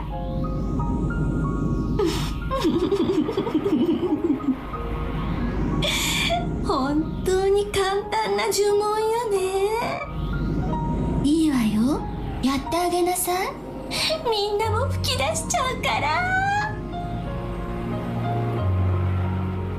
With expressions that ridiculed it from the bottoms of their hearts, the Black Witch and Kasumi puckered their lips in the most exaggerated way they could,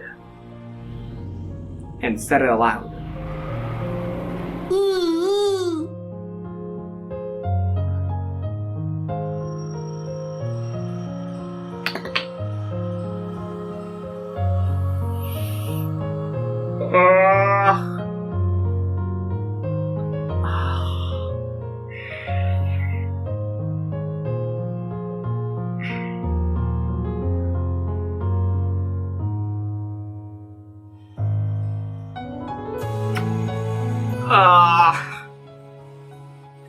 You know, especially with the song playing, it makes this scene all the more heartbreaking. Fuck, man. The black suit stared blankly, asking what that was supposed to be. Then Kasumi answered, cackling. これがね、呪文なんだって。おかしい。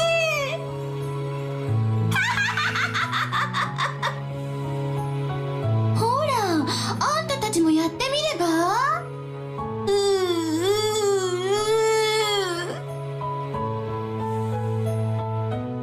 The black suits imitated that moaning voice, making fun of it.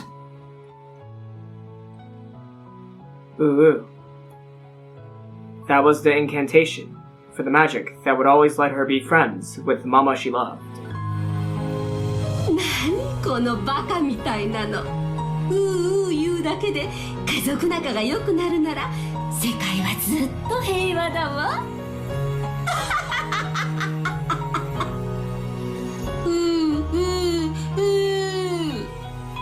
バカなうなり声。こんなの連呼してたら頭のかわいそうなこと思われるのがオチよ。バカじゃない。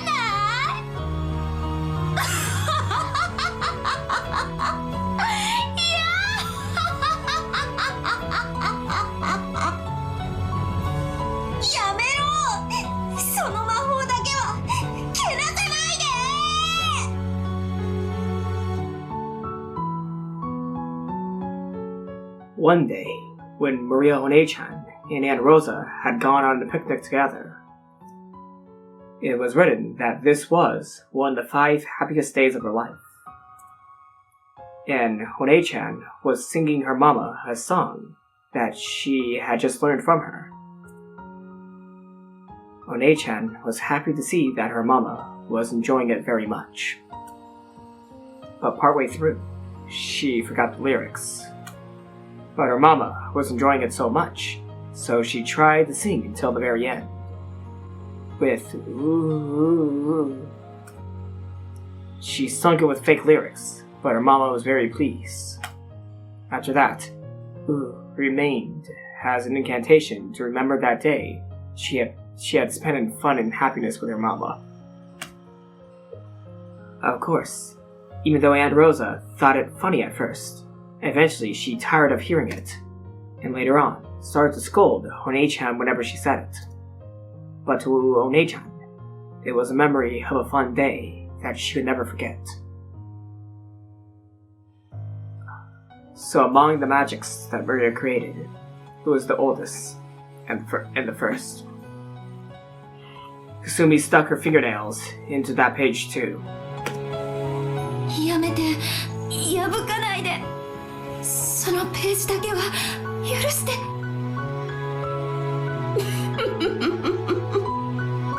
ダメ。 I mean, yeah, I knew she was gonna say dame. And there went that page. With a shrill sound, a girl's world of happiness was erased. Really? Are you serious? Really? God, I can't hate you as a villain, though. I can't hate you as a villain.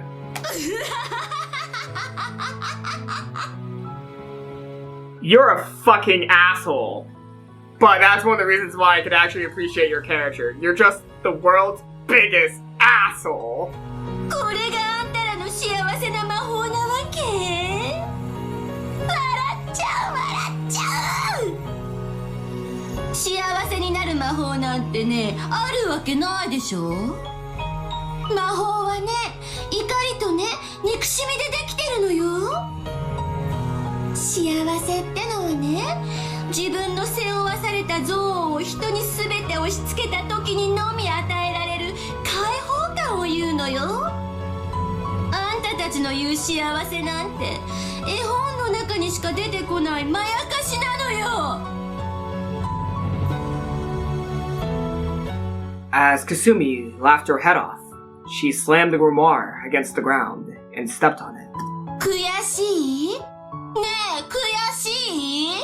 幸せの白き魔女さんたち、そんなに悔しかったら見せてみれば？あんたたちの魔法、あるなら使ってみせればいいじゃない。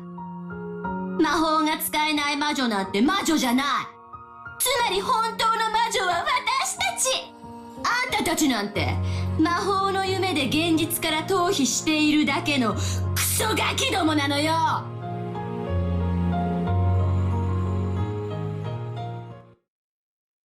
じゃあ、魔法を私が見せることができたなら、お姉ちゃんの魔法を信じてくれるの？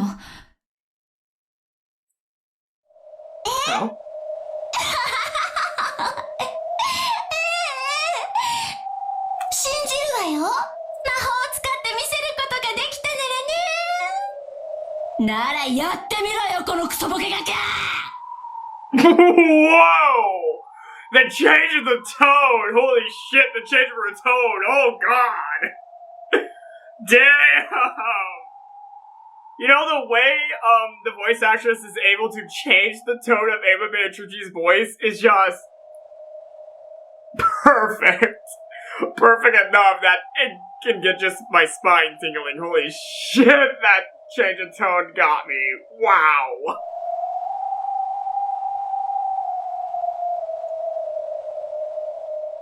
Silently, slowly, I stood up. The sensations of the small world such as the pain in my body, felt truly insignificant. あら、まだ立てる元気はあったのね、大魔女さん。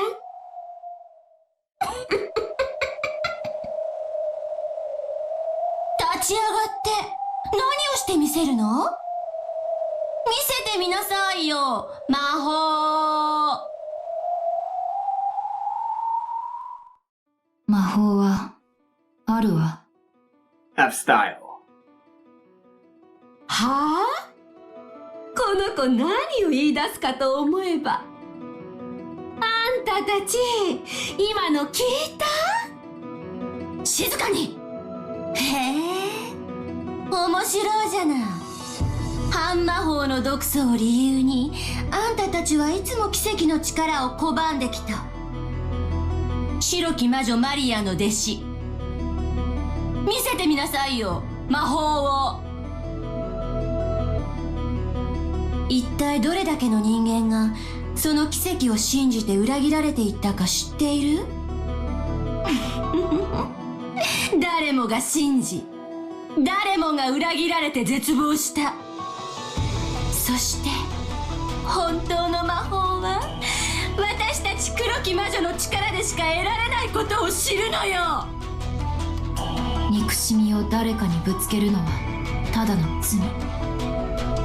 そんなのは魔法じゃないわ。本当の魔法を私が見せてやる。 You go, Angie!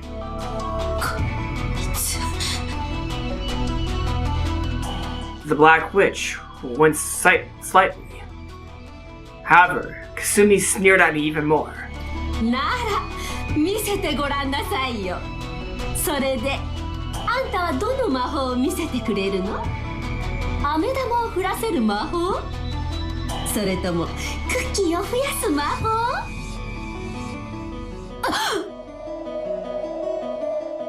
The instant I opened my eyes, a tremendous wind arose. 何？突然。さあさあ、おいでなさい。煉獄の七姉妹。 She has mustered up the courage to use the seven snakes. Oh my god. I think I know where this is going. There was a flash behind me, and in an instant, 7 high-level furniture were gathered there. It was a power that far surpassed the magical power I'd had in my prime. It was a power that matched even Maria One-chan and Beatrice. 煉獄の七姉妹、ここに。エンジ様。あなたはかつて言ったわ。 Holy 私の shit. 魔力とその覚悟がないからあなたたちを刺激できなかったのだと。 I see what's going on here! 私をいじめるクラスメートに仕返しがしたいなんて、そんな安っぽい感情じゃない。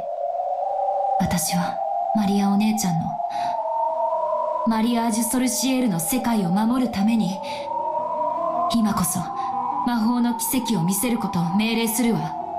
Holy shit! 無理です。いくらなんでもこれだけ大勢の毒素の前では。 The 7 sisters also remembered what had once happened in that classroom. If they could have obeyed Angie's orders, they would have. However, surrounded by the toxin that runs thick in humans, they hadn't been able to display the miracle of magic. And they remembered very well how deeply that had hurt Angie. But Angie spoke very quietly. ならあなたたちも信じて。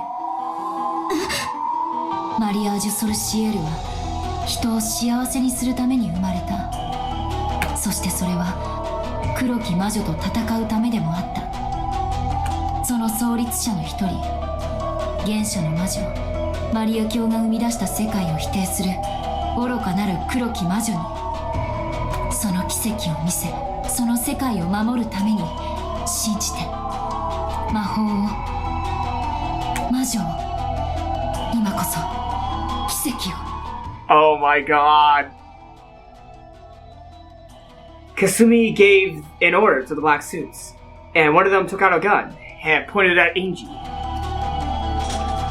魔法を見せてくれるんでしょ？なら見せてちょうだい。魔法で火の玉でも稲妻でも打ち出してこの男を倒してみせなさいよ。チャンスは一度、3つ数えるうちにやってお見せなさい。できなければ覚悟してもらうわよ。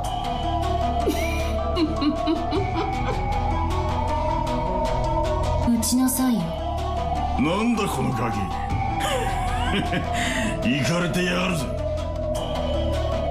The black suit, pointing the gun, laughed at Ange's composure.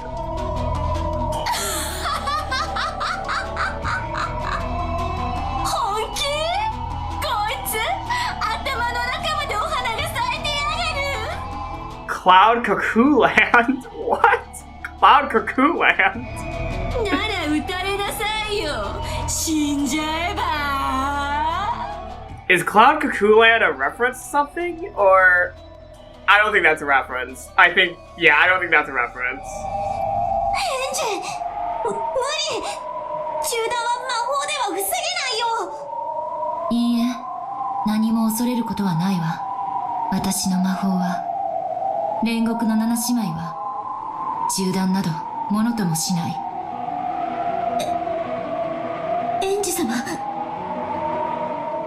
Mammon was flustered by Angie's absolute trust. She would have loved to live up to that trust, if only she could. On that day as well. But she had been unable to do anything, and she had hurt Angie.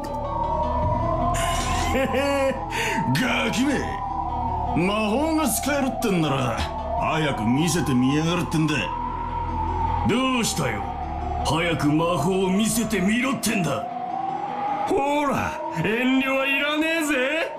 俺にバビョーンと魔法ってやつをお見舞いしてくれよ。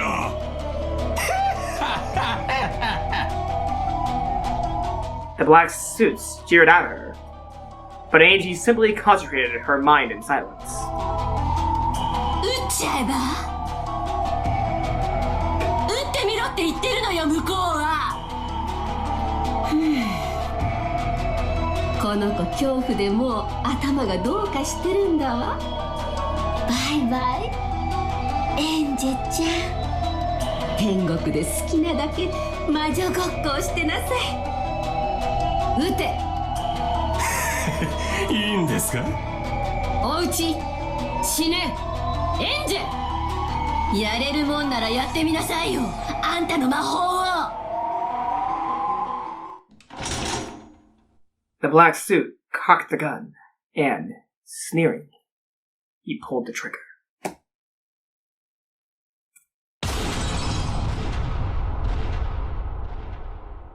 A gunshot rang out, and the world stopped.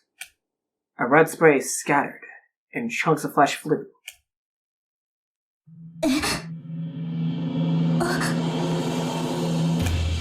Drive to emergency. Sorry, I forgot to read the title of the song. Drive to emergency. 銃弾ごとき無粋な石ころをエンジェ様に許すつもり。 Lucifer had lined up the bullet perfectly, and with a single swing, had sliced it in two. And, in the chest of the black suit who had apparently fired the gun, there was a hole as big as a fist. Leviathan! 私が一番乗りでもいいわよね。 Yeah, Leviathan, you go, girl! Half of Leviathan's body was covered with blood, and she wore a cold smile. Then, slowly, the pitiful prey she had brought down fell over. Hell yeah! 貫いた。バカね、まだあんた信じてないの？私たちの主の魔力。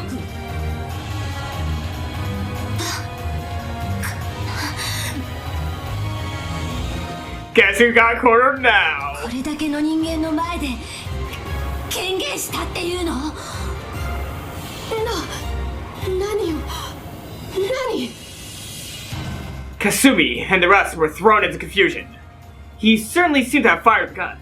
However, it hadn't hit Ange, and why was the person who fired instead? これが魔法。見事よ、レビアタン。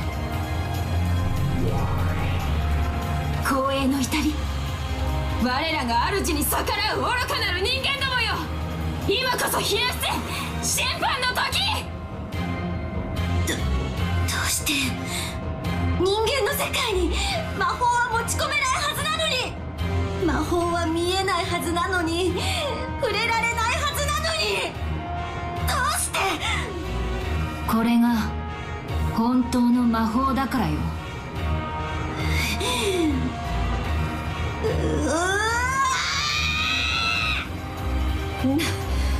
何をしてるのよお前たち。殺せ殺せ。 One of the black suits, who had finally come to his senses, pulled his gun, aimed.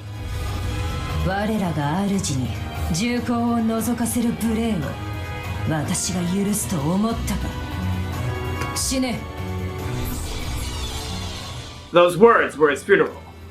The man had already been struck through the chest by Lucifer, who had become the stake of pride in an instant. Thump! The sound of the second person falling brought it home to the black suits that their lives were unmistakably in peril.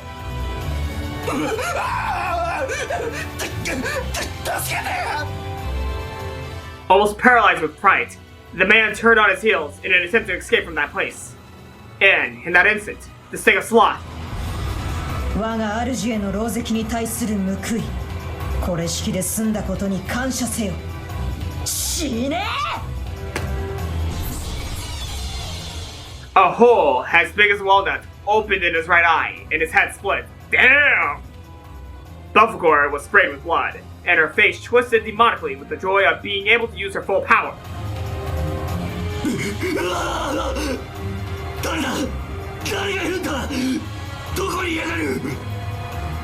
The black suits panicked, pointing their guns in every direction. But they didn't understand what was happening. They only knew that something terrifying was coming for them from somewhere. They didn't know where, but they didn't know where. バカ！敵はあんたたちのすぐ目の前にいるわよ。魔女の家具があんたたちを狙ってる。 But they could not see! Because they couldn't believe in magic, they could not see! Just as the Black Witch said, Satan was standing bully right in front of the black suit. However, the black suit couldn't see that at all. 人間に私たちの姿が見えるとでも捉えられるとでも間抜けな人間が魔法に対する畏怖を忘れたる愚かの代償を払うがいい。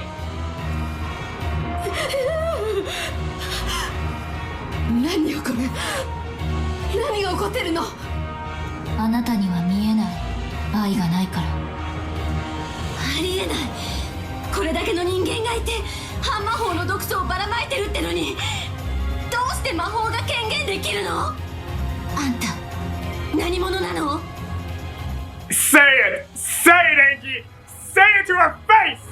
魔女よ、あんたと違って本物の。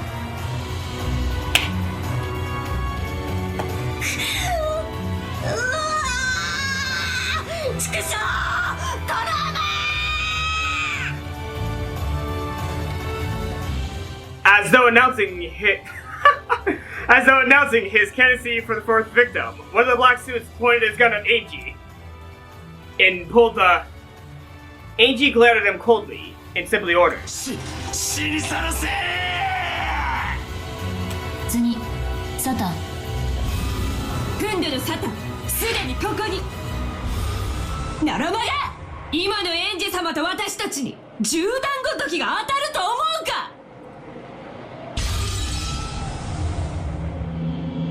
The stick of wrath pierced and smashed the bullets fired by the black suit, and continued to straight on towards the man's face. 己が愚かさを知り、地獄で後悔せよ。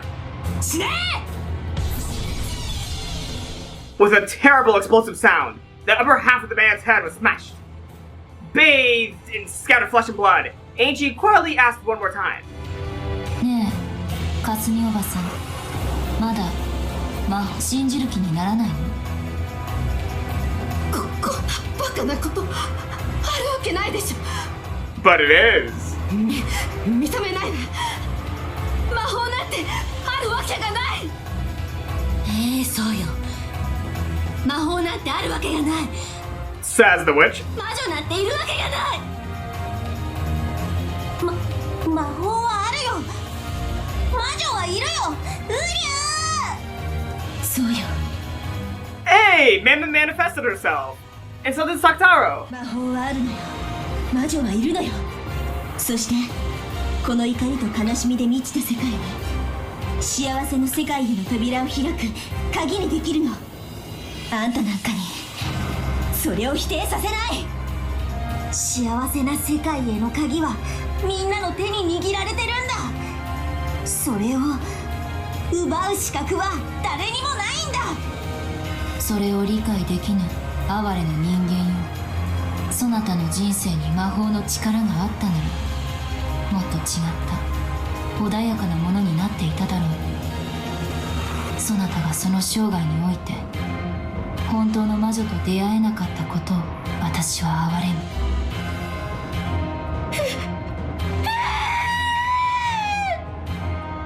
Kasumi let out a piercing scream. At the same time, the two remaining black suits came for me at once and thrusted their guns against my head. Like they were trying to use me as a hostage against something their eyes couldn't see. Against the Seven Sisters of Purgatory, high-level furniture who had now reached the level of weapons.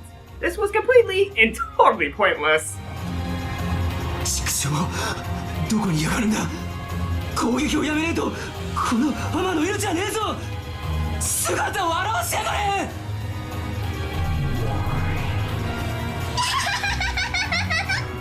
Beelzebub! 何言ってんのこいつ。美味しそうな腹渡をしてるくせに。エンジ様、次は私にお任せを。許す。殺せ。ありがたき幸せ。死ねー。 The man's chest split and his guts poured out. This terrible way of dying threw the other man into a total panic.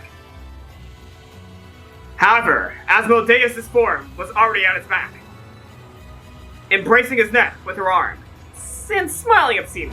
かわいい子。ねえねえ、どこを貫いてほしい？エ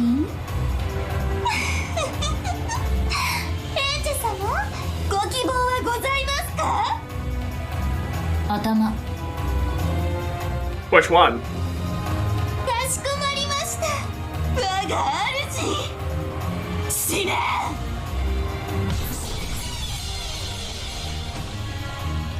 The final black suit had his head smashed by the stake of lust, and his insides scattered. He twisted and fell. In that gruesome world where 6 people lay in a sea of blood, witch and human confronted each other.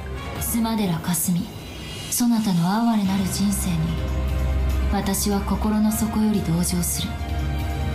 その夢への心の穴を塞げる魔法を授けてもよい。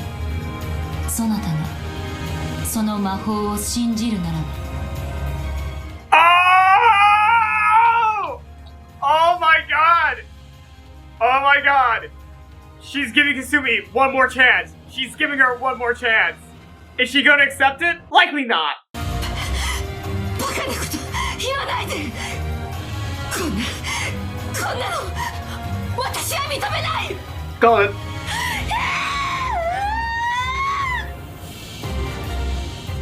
As Kasumi slowly retreated backwards, scared out of her wits, she picked up a handgun that someone had dropped. Then, shaking, she pointed it at Ange. そうよ、かすみ。その銃で撃ちなさい。あんたの憎しみを銃弾に変えて放ちなさい。殺してやる。殺してやる。あんたを殺さなきゃ私の人生は報われないのよ。そうよ、殺して。引き金を引いて。あいつにあんたのみすぼらしい今日までの全ての怒りを悲し全部叩きつけてやるの。 Sorry about that, everyone. そうでなきゃあんたは痛みと苦しみから解放されないのよ。やめて、かすみおばさん。黒き魔女に耳を貸してはダメ。殺してやる。殺してやる。たの母親のせいで私の人生はめちゃくちゃ。なら私の魔法でその人生をこれから少しずつ明るく穏やかなものにもできるかもしれない。あなたが魔法を信じ心を入れ替えさえすれば、あなたに新しい世界への扉を開いてあげられるの。そんなものはないわ。あいつの言う救いなんてどうせおとぎ話の中だけよ。あんたの人生はもはや死ぬまでトゲまみれ。その苦痛の叫びをあいつに聞かせてやりなさい。失ったものは何も取り返せないのよ。そうでしょ、スマデラカスミ。そうね、何も取り返せないかもしれない。でもきっと新しく何かを生み出すことができる。だからかすみおばさん、その銃を捨ててかすみおばさんにも幸せな世界を教えてあげられるかもしれない。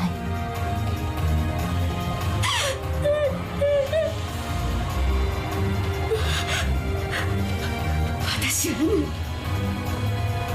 あんたの母親が逃げたせいで、あんたの母親のいい名付けと身代わりに結婚させられたのよ。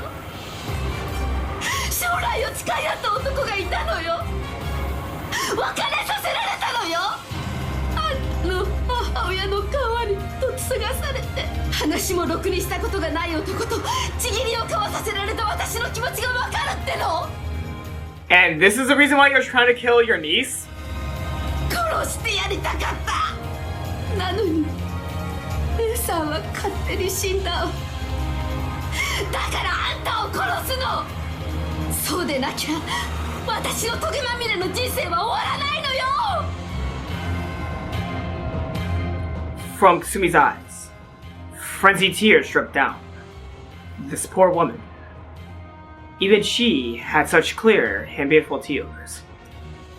But for that very reason, she hadn't been able to withstand her sad pain, and had had no choice but to listen to the Black Witch's temptation. かわいそうに。ならばせめてあなたの魂を永遠に解放し、塩素の鎖から解き放ってあげるわ。それが今の私にできる唯一の施しかもしれない。死ねー、後ろ見はエンジェー。さようならかすみおばさん。静かな世界でゆっくりと休んで。 I no longer feel any anger or hatred towards you. I just want to let your soul rest in peace. Kasumi's handguns backfire. Slowly, that bullet continued through a world frozen to the utmost limit, making its way towards Ange's forehead. They put her name in all caps. They put her name in all caps to fully represent how Ange has just become a witch. Oh my god. マモ、 I knew Mam was gonna be the last one! Mam was gonna be the last one to take down the biggest bad! 強欲のマモ、ここに。ありがとう。あなたたちと作太郎に出会えたから、私は全てを理解できた。エンジェ。作太郎は後ろを向いていなさい。マモ、その女を解放してあげて、そしてマリアージュ・ソルシエルの名誉を守れ。はい、覚悟せよスマデラカスミ。 Even though the world was frozen, the stake of greed flashed like lightning, and was already through Kasumi and out the other side. 貴様に多少の得があるならば、再び煉獄の山で相まみえようぞ。死ね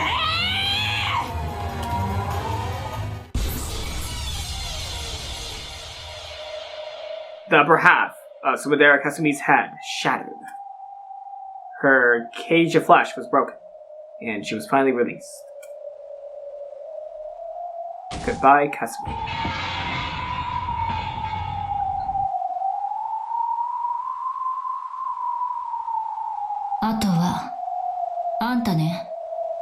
黒き魔女。Ah. 今となっては、あなたにエヴァおばさんの面影を見ていることさえ、彼女に申し訳なく思うわ。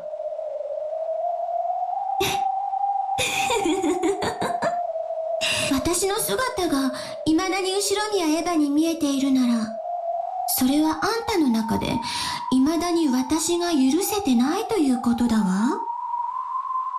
かっているのよ、エンジェ。あんただってトゲまみれの人生から解放されたくて仕方がないの。なら、面白いことを思いついたわ。私もあんたに魔法を見せてあげる。あんたを殺すのは私じゃないわ。With the worst smile on her face, the Black Witch changed her form into something like a black mist, or else a vast swarm of black flying insects, which began to swirl around me. Then, that black mist began to amass bit by bit, shaping itself into the form of a human. 何の真似？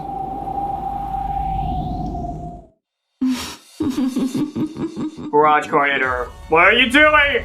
What are you doing? スースは想像がついてるくせに。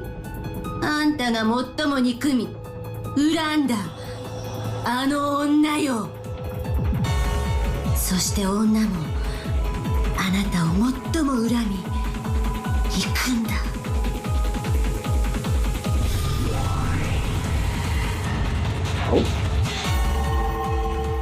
Oh shit! Oh!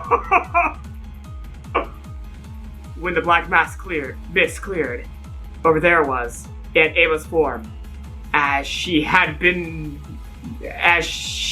while alive. In her hands, she was holding a gun. エヴァおばさんは死んだわよ。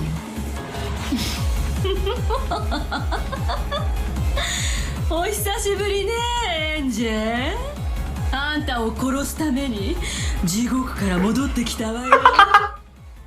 Why does this feel like a cliche line from every B movie about someone coming back from hell to kill someone? I've returned from hell to kill you! Oh my god. Aunt Ava glared at me, laughing madly. でも、あまり驚かないわ。エヴァおばさん、そういう人だったし。Wow! Angie's a lot taller than Ava than I thought she would have been. 私のお葬式はさぞや気分が晴れ晴れしたでしょ。私も晴れ晴れしていたわよ。あんたの面を二度と見なくて済むようになるんだからね。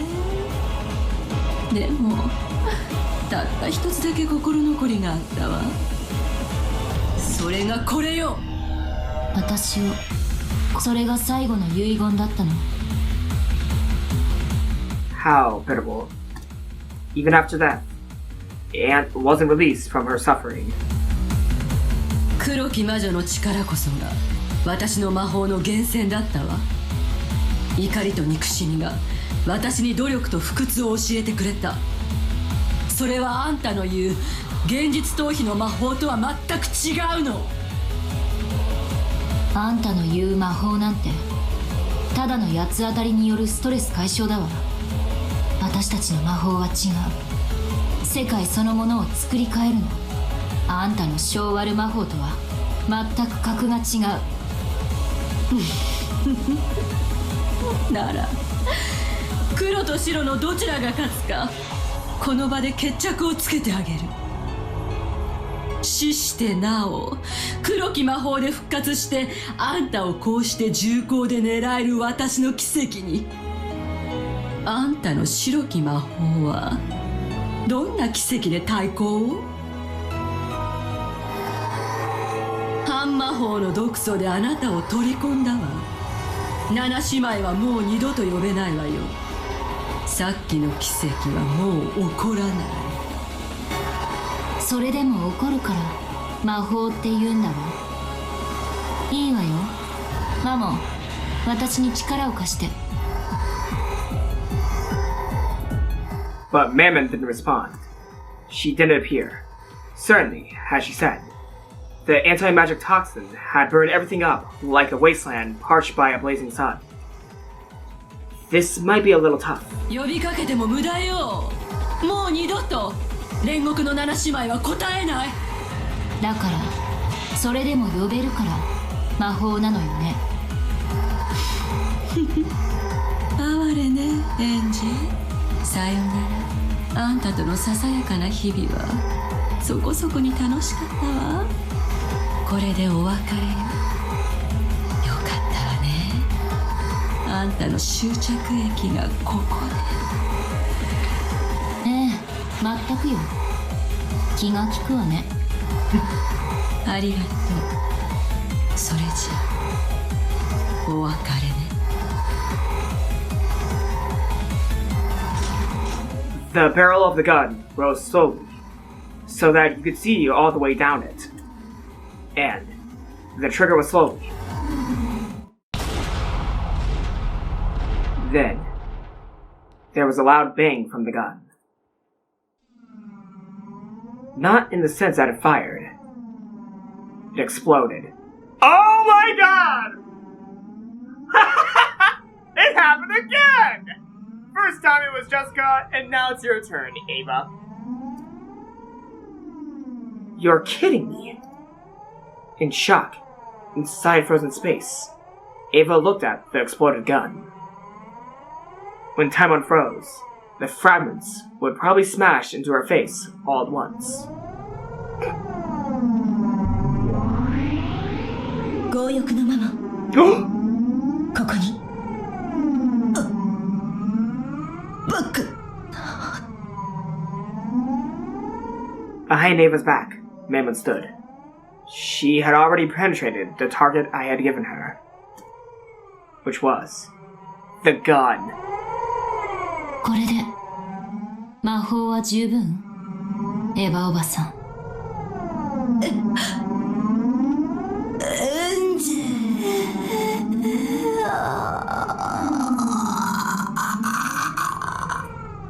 Jeez, that was a long. That was long.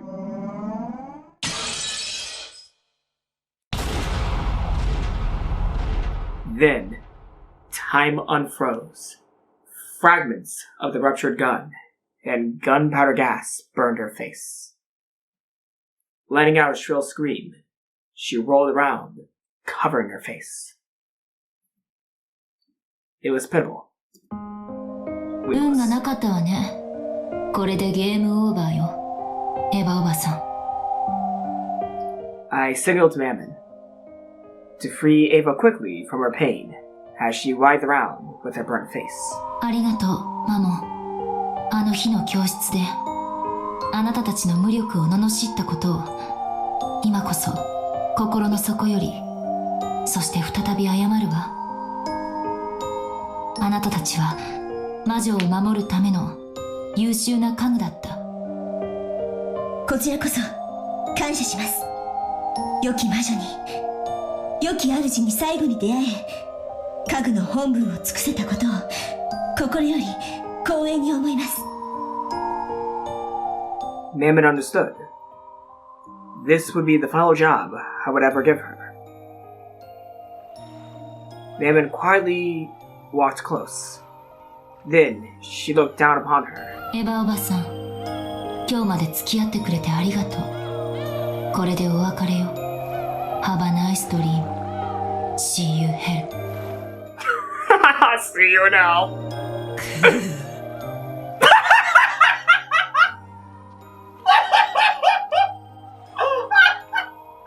That is a great response to see you now.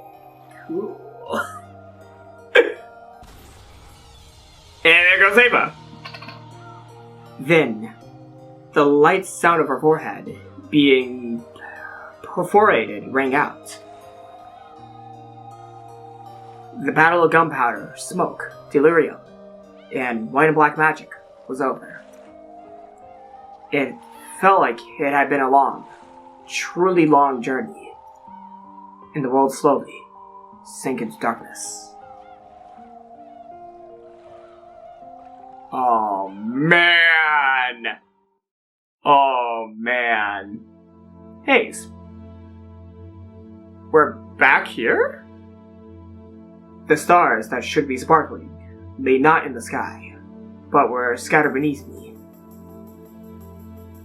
When I recognized that the pearls and rubies were creating a river of white and red, I realized that it was a vast nighttime sea that was spread out below me. I was in the sky of that nighttime sea, neither standing or flying, but simply floating in the air. From nowhere in particular, I could hear the sound of one person clapping. Burn! A truly dull applause. I understood. It was the one who'd ordered me to go on this journey, Burn Castle. おめでとう。無限の魔女、エンジェ・ベアトリーチェ。あなたは旅路の末に魔法のすべてを理解したわ。ええ、私は今や魔法のすべてを理解。私は God damn 魔 it. 女よ。 Sorry about that. マリアージュ・ソルシエルが生み出した魔法世界を継承した最後の魔女。あなたにしかベアトリーチェの世界を切り裂けない。魔法を知るからこそそれに抵抗も覚えるわ。魔法は愛と悲しみと怒りでできている。ベアトリーチェがどんなに残酷な魔女であったとしても、その魔法の源泉は全く同じ。だからこそ彼女のその世界を本当はそっとしてあげたい。少なくとも彼女にとってその世界は完成しているのだから。あなたが家族を諦められるならね。そうだから申し訳ないけれど、私は戦わなければならない。家族を取り戻せるかもしれないわずかの確率にかけて魔女となる旅に出たのだから。ベアトリーチェを殺さない限り、あなたには孤独な世界しか存在しない。それは100億のかけらを旅した私が保証するわ。分かってるわ。同情してる余地なんて。私心を鬼にして彼女の心を切り裂かなくてはならない。 Angie, I'm so sorry. I'm so sorry. I'm so sorry. I'm sorry. Oh my god. I'm sorry. I'm an idiot. I'm an idiot. I'm sorry. その気持ちが揺るぎないならよかったわ。同じ魔女同士、情が移って志をくじくんじゃないかと心配したわ。Coming from a person like her, whose face was almost always expressionless, those words felt a bit hollow. Burncastle, the dynamic witch who invited me on this journey. 私、あなたが嘘をついてたんじゃないかと疑ってたことがあったわ。どうして？私は1998年のエンジェだから。家族を救ってもそれは1986年のエンジェが救われるだけ。この私が救われるわけじゃない。だから騙されていると思っていたことがあるの。その通り、私はあなたを騙したわ。 Nice you two met it. でも今は感謝してる。だってあなたは私に家族の取り戻し方を結局は教えてくれたもの。私は何も教えてないわ。それを知ったのだとしたら、それはあなたが魔女として自ら至った境地だわ。それは私のそれとは違う境地。私に理解はできないけれど、もしもそうならばおめでとう。私はこのゲームのプレイヤーではなく駒だとあなたは私に言ったわよね。ええ、言ったわ。その役割を今こそ完全に理解した。駒に感情はいらない。ただ勝利のために最善を尽くせばいい。ええ、その通りよ。ゲームは最善手を差し合うものでしょう。躊躇や戸惑いで指し手をおかしくしてたら対戦相手も混乱するわ。Sorry, Beatrice, but don't hold it against me. Ushimiya Ange still needs her family. So I have the right to fight you, so that I can take them back. And you have the responsibility to accept my challenge. So please, don't hold it against me. In exchange, if you do win in this game, I'll give you my blessing as well. Now, let's go. As the piece I am, it's finally time for my true turn. Sorry, Beatrice. I can't hand Oni-chan over to you! Ushimiya Ange. Dear. Oh, hell yeah! Oh, hell yeah! Alright. Oh my god, I think this is the start of the last chapter of this game. I think this is the start of the last chapter of this game. Oh my god. Oh my god. I'm gonna be cruel. I have to be cruel. I have to be cruel here though. I want to play more of this part. No, I'm not ending this video here. No! Am I an idiot? Yes, but I wouldn't end this video right here. Fucking A. Why did I think of it? I'm continuing on. The world widened. It wasn't white. It was the blindly bright color of gold. I wouldn't be doing that. I would not do this to you all. Yeah, I would not do this to you all. Even though I've been recording for 3 hours, I wouldn't end it here. I would not end it here. I'm going all the way through. I'm going all the way through to the end of episode 4. No, I'll probably save the tea parties for the next video. I'll still read the tea parties, but apparently the tea parties are pretty long according to what I read in the comments. So I'm gonna save them for next video. But I'm at least finishing the main game before I get to the tea parties this video. Next video, I'll do the tea parties episode 4. Don't worry, I won't skip them. But I'm finishing the main story right here and now, so let's do it. That place was the beautiful Ushimiya family rose garden. However, the roses were all gold. The nectar was also golden. The butterflies were gathering there were gold as well. This is the Golden Land. The promised land that the witches of Maria Sorcière would ultimately be guided to. There, all wishes come true, and all magic and dreams come into being. In that garden of gold roses were 2, and only 2, witches. At my uninvited appearance, the atmosphere trembled with unrest. What was to them an ominous wind that shook the golden roses. The incredibly beautiful sea, formed by the golden rose petals scattering in the wind, was, without a doubt, something out of this world. The 2 who had been taking a walk through the golden roses noticed me and reacted in surprise. Ange?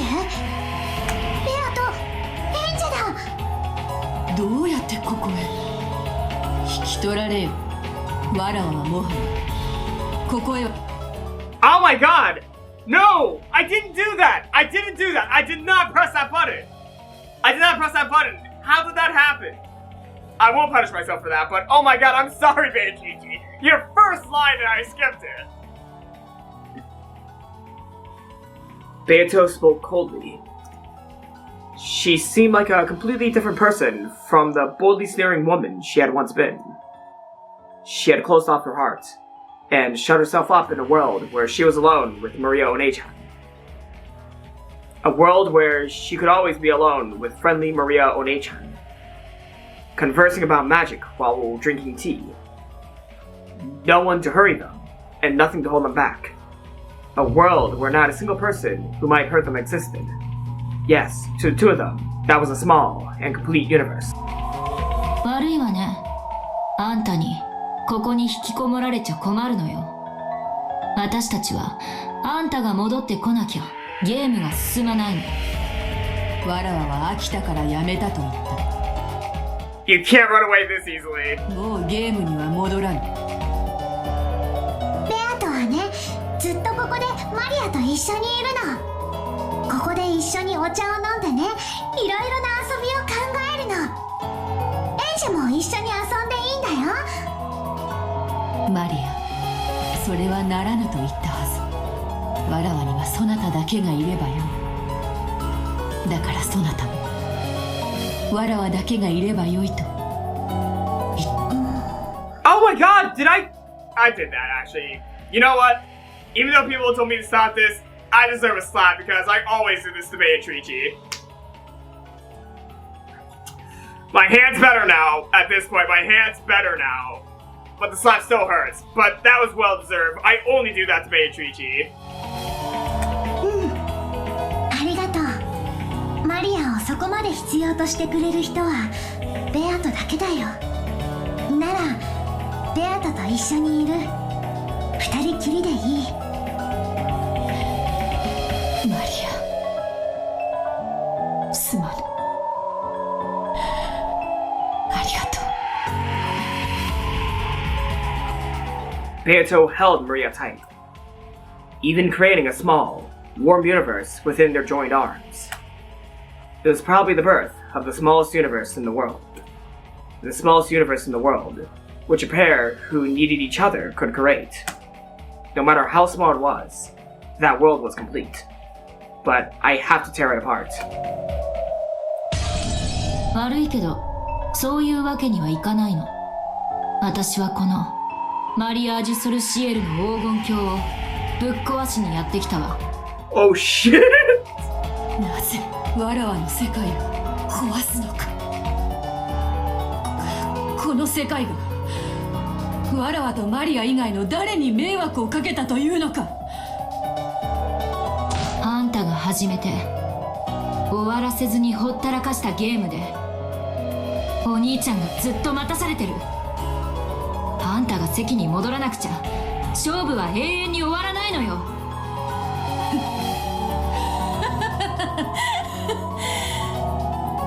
あのゲームにもはやプレイヤーは一人もおらぬわ。バトラは消え去り、わらわもまた消え去り、ここにいる。あのゲームはもはや終わったのだ。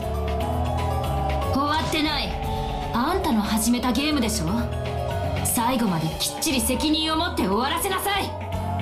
バトラを打ち負かし、あなたが本当に望んだ世界を生み出すか、あなたが打ち負かされあなたの魔法に飲み込まれた全てを解放するか、しっかり最後まで責任を取りなさい。ダメだよエンジェ。ベアトはこの世界でマリアと永遠に二人きりで過ごすの。マリアもベアトさえいれば他には何もいらないの。ここでは全ての願いが叶う。全てがある。 This Gold Land is made up of nothing more than the crystallization of Maria One-chan and Beatrice's thoughts and feelings. To drag Beato out of this world, I have to destroy it. Destroy this Golden Land, which must be the final world of peace for Beatrice. お姉ちゃん、それは違う。この黄金鏡は嘘つきだわ。お姉ちゃんの本当に叶えたい願いを叶えてくれていない。そんなことないよ。ここでは何でも叶うの。 She's gonna take it! 見て、ここには優しいママだっている。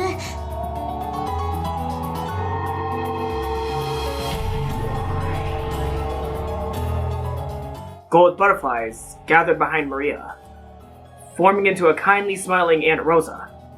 and after smiling sweetly at me, she softly became golden petals and crumbled. Bye, Rosa!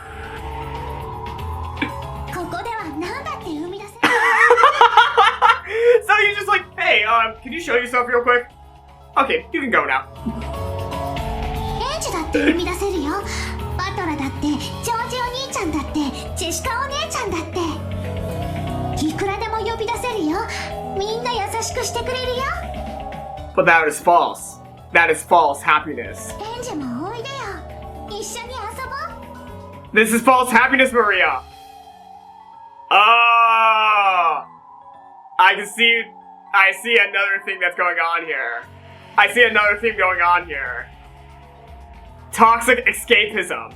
Toxic escapism. I'm gonna let this game play out because this seems way too awesome to interrupt in the middle of, but I think this is the second theme of Umineko, going against the toxicity of fully escaping into another world of happiness instead of, trying to find happiness in your own world by overcoming troubles. That might be the other theme that might be going on and being represented in this chapter. Well, this is not the same chapter as before, but you get what I mean. Oh my god, Rikishi, you're an amazing writer. You are an amazing writer and storyteller. Sorry, One-chan. 作太郎は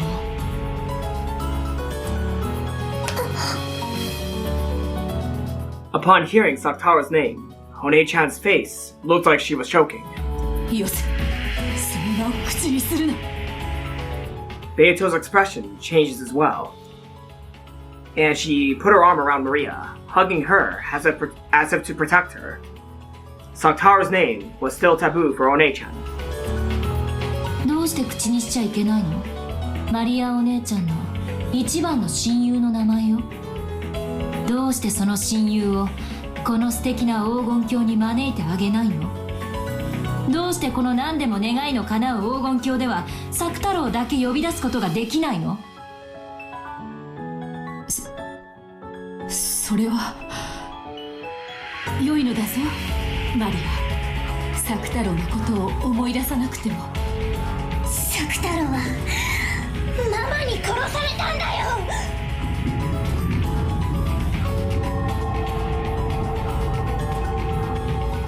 Oh shit. Maria One-chan flew into a rage with a terrible expression on her face. Surprised by that voice, butterflies flew up throughout the garden, blowing around like a typhoon of flower petals. ええ、知ってるわ。ローザおばさんが大切な作太郎のぬいぐるみを引き裂いたわ。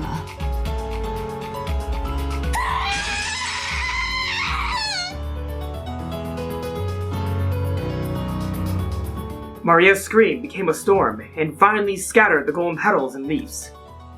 It was truly a storm of gold. やめよ、やめよ、やめよ、やめよ。なぜマリアの心の傷を再び引き裂こうとするのか。わらわとマリアの大切な親友の眠りを汚すな。ならどうしてその大切な親友をあなたの魔法で蘇らせてあげないの？それができるものならやっている。しかしあのぬいぐるみはローザによる手作りの品。そのたった一つが引き裂かれた魔法的意味は。ごまかさないで。どうして作太郎が蘇らせられないか。答えは一つだわ。あなたが本当の魔女じゃないからよ。蘇らせられるとも。わらわの魔法でいくらでもこうして蘇らせられるとも。作太郎でこの庭園を埋めることだってできようぞ。ええ、できるでしょうね。あなたの魔法では。でもあなたの生み出した作太郎は決してお姉ちゃんには見えない。どうしてか分かってるでしょ？もう一度言うわ。あなたが本当の魔女でないからなのよ。やめて！どうしてエンジはそんなひどいことばかり言うの？ベアとはたくさん魔法が使えるよ。とても素敵な魔女なんだよ。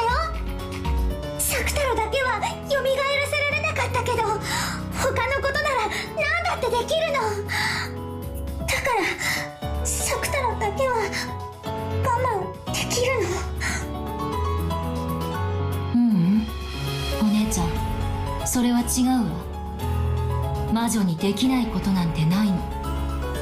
それができない時点でベアトリーチェは本当の魔女じゃないわ。それは違うよ。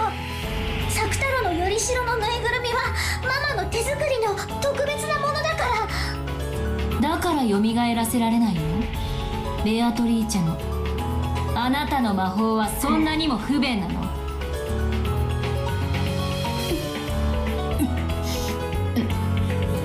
ならばそなたなら作太郎を蘇らせられるというのか。そなたの魔法ならばそれができるというのか。できるわ。 What? なんだと。マリアお姉ちゃん、私が本当の魔法を見せてあげるわ。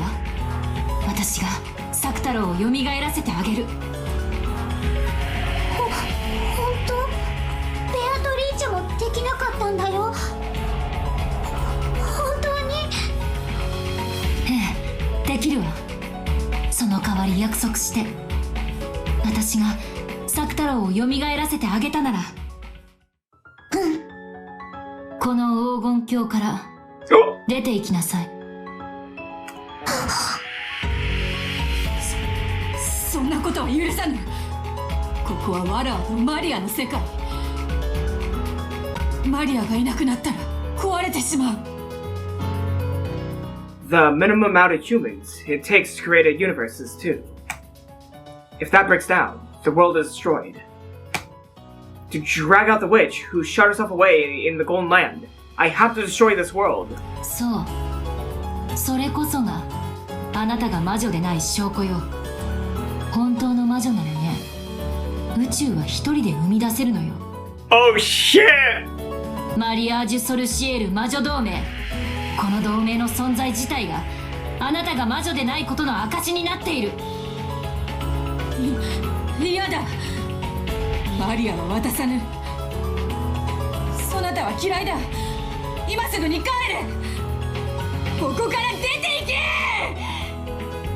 勝手にみんなをゲームに引きずり込んでおいて、自分は機嫌一つで飽きたり追い出したり、なんて自分勝手なの。見なさい、ベアトリーチェ、そしてマリアお姉ちゃん。これが本当の魔法なのよ。本当に作太郎を蘇らせられるの？できるわけがない。ここはワラワとマリアの2人だけの黄金鏡。部外者のそなたに使える魔法など一つもない。今のそなたには超一匹生み出すことさえ叶わぬわ。静かにしてベアト。返事を邪魔しないで。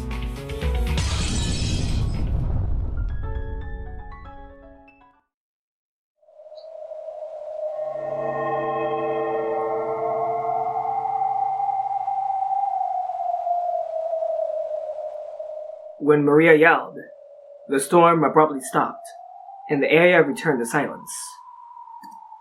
As the massive amount of golden petals that had been blown upwards quietly drifted down. That scene looked so fantastical, as though golden snow was falling. Maria, thinking about this unlikely, if only miracle, unconsciously joined her hands together as though praying. Mayato's heart raced as she watched Maria do this. If the extremely unlikely were to happen, Maria would, this world would. But it's inconceivable! An absolute impossibility! That stuffed animal, the only one of its kind in the world, was torn apart and thrown away! And not a thread remained! Reviving it is an absolutely certain impossibility! This is my Golden Land! A world where magic that isn't mine certainly cannot exist! できるものならやってみろ、後ろ宮エンジ！ At Beato's scream, the world lost sound. No way, she's gonna do it. I slowly, recited the incantation for true magic. Saktaro's gonna appear. 思い出してごらんなさい。So. マリアの親友の作太郎。あなたがどんな姿をしていたのかあなたがどんなに愛くるしいぬいぐるみだったのか思い出してごらんなさい。I'm sorry, Angie. I'm sorry.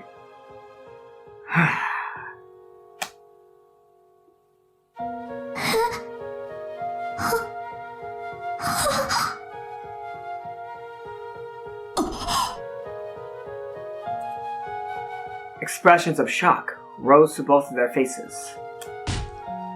Then, pushing Beto's elbow aside, Maria dashed forward.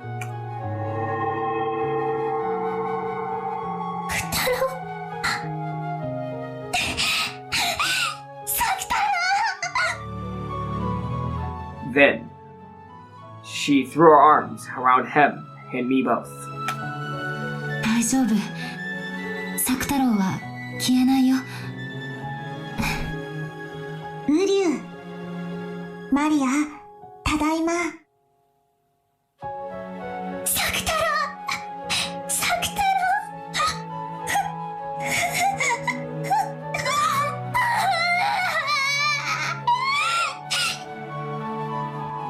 作太郎、会いたかった。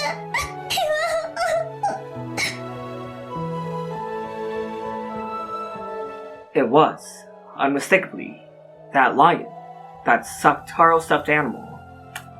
Maria had forgotten his softness, its texture, its stitches, its everything. But the instant she hugged the stuffed animal, everything came back to her vividly.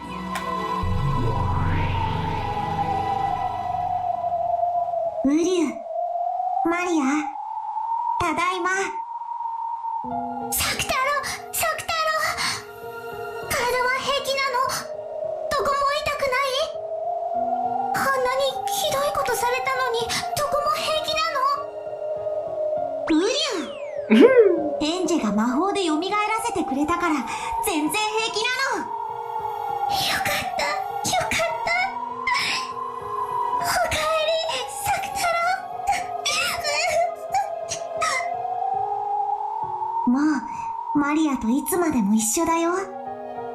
永遠に一緒だよ。だから僕を離さないでね。離さないよ。永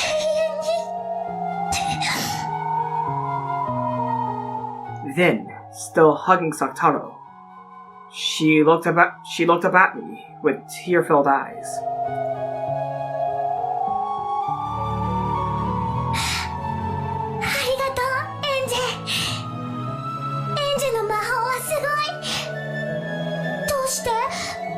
どうして作太郎を蘇らせることができたの？ She believed. ベアトにもできなかったのに。ありえぬ。ありえぬ。どうしてわらわの黄金鏡でわらわ以外の人間が魔法を使えるのか。こんなことは断じてありえぬ。何をうろたえているのよ、ベアトリーチェ。これが魔法でしょ。魔法のわけがない。ここはわらわの黄金鏡。Yes, you said so. わらわ以外の魔法は絶対に存在できない世界。そしてわらわの魔法で作太郎を蘇らせることはできなかった。できるはずがないのだ。そのぬいぐるみは特別なぬいぐるみ。ローザが娘の誕生日のために作った世界でたった一つの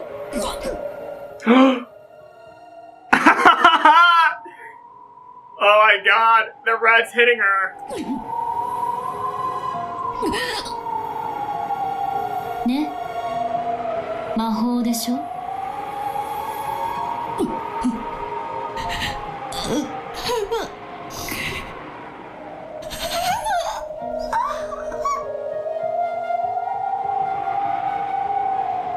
wow. With this miracle that she could not possibly accept, Beato understood all of my magic.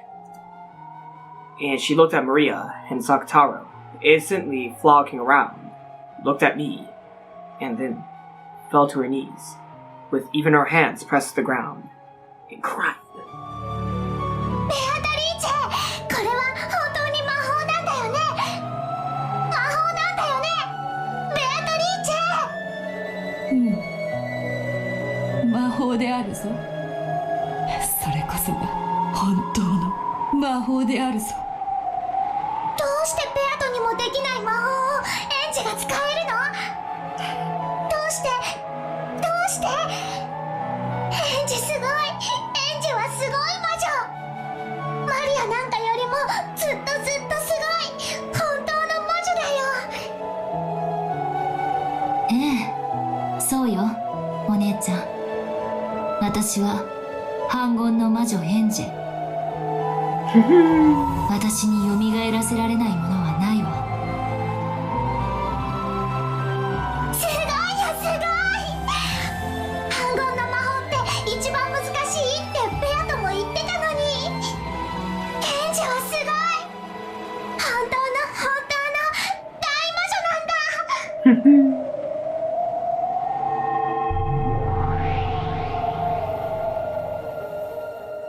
At that moment, Maria's and Sakataro's forms flashed gold, and the two became golden flower petals, and crumbled away. As the two became a golden wind and swirled together, they left for some other place of peace. Beato had, as promised, banished Maria from the Golden Land.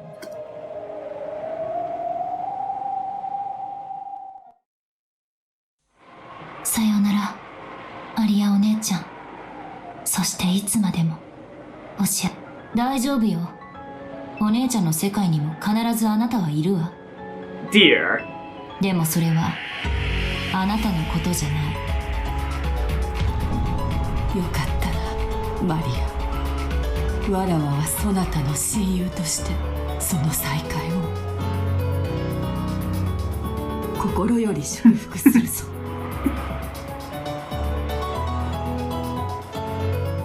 On Beato's face was a mixture of what probably every expression a human can muster. That expression. It was joy. It was anger. It was sadness. それが魔法の根源よね。愛がなければ、悲しみがなければ、怒りがなければ、魔法は見えない。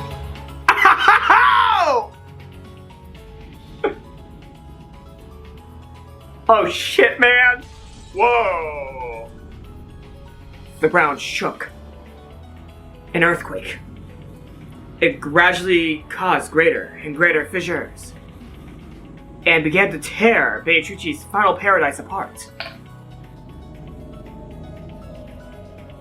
Golden butterflies fluttered about trying to escape, but there was nowhere to escape to.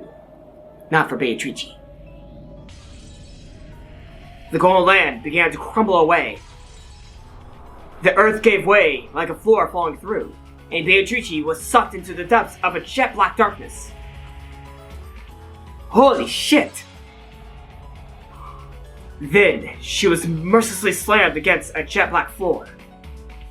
It was a small, nondescript, and very dimly lit smoking room. There was no door to exit by, and while there were windows, they let no light into this place, Beatrice's smoking room.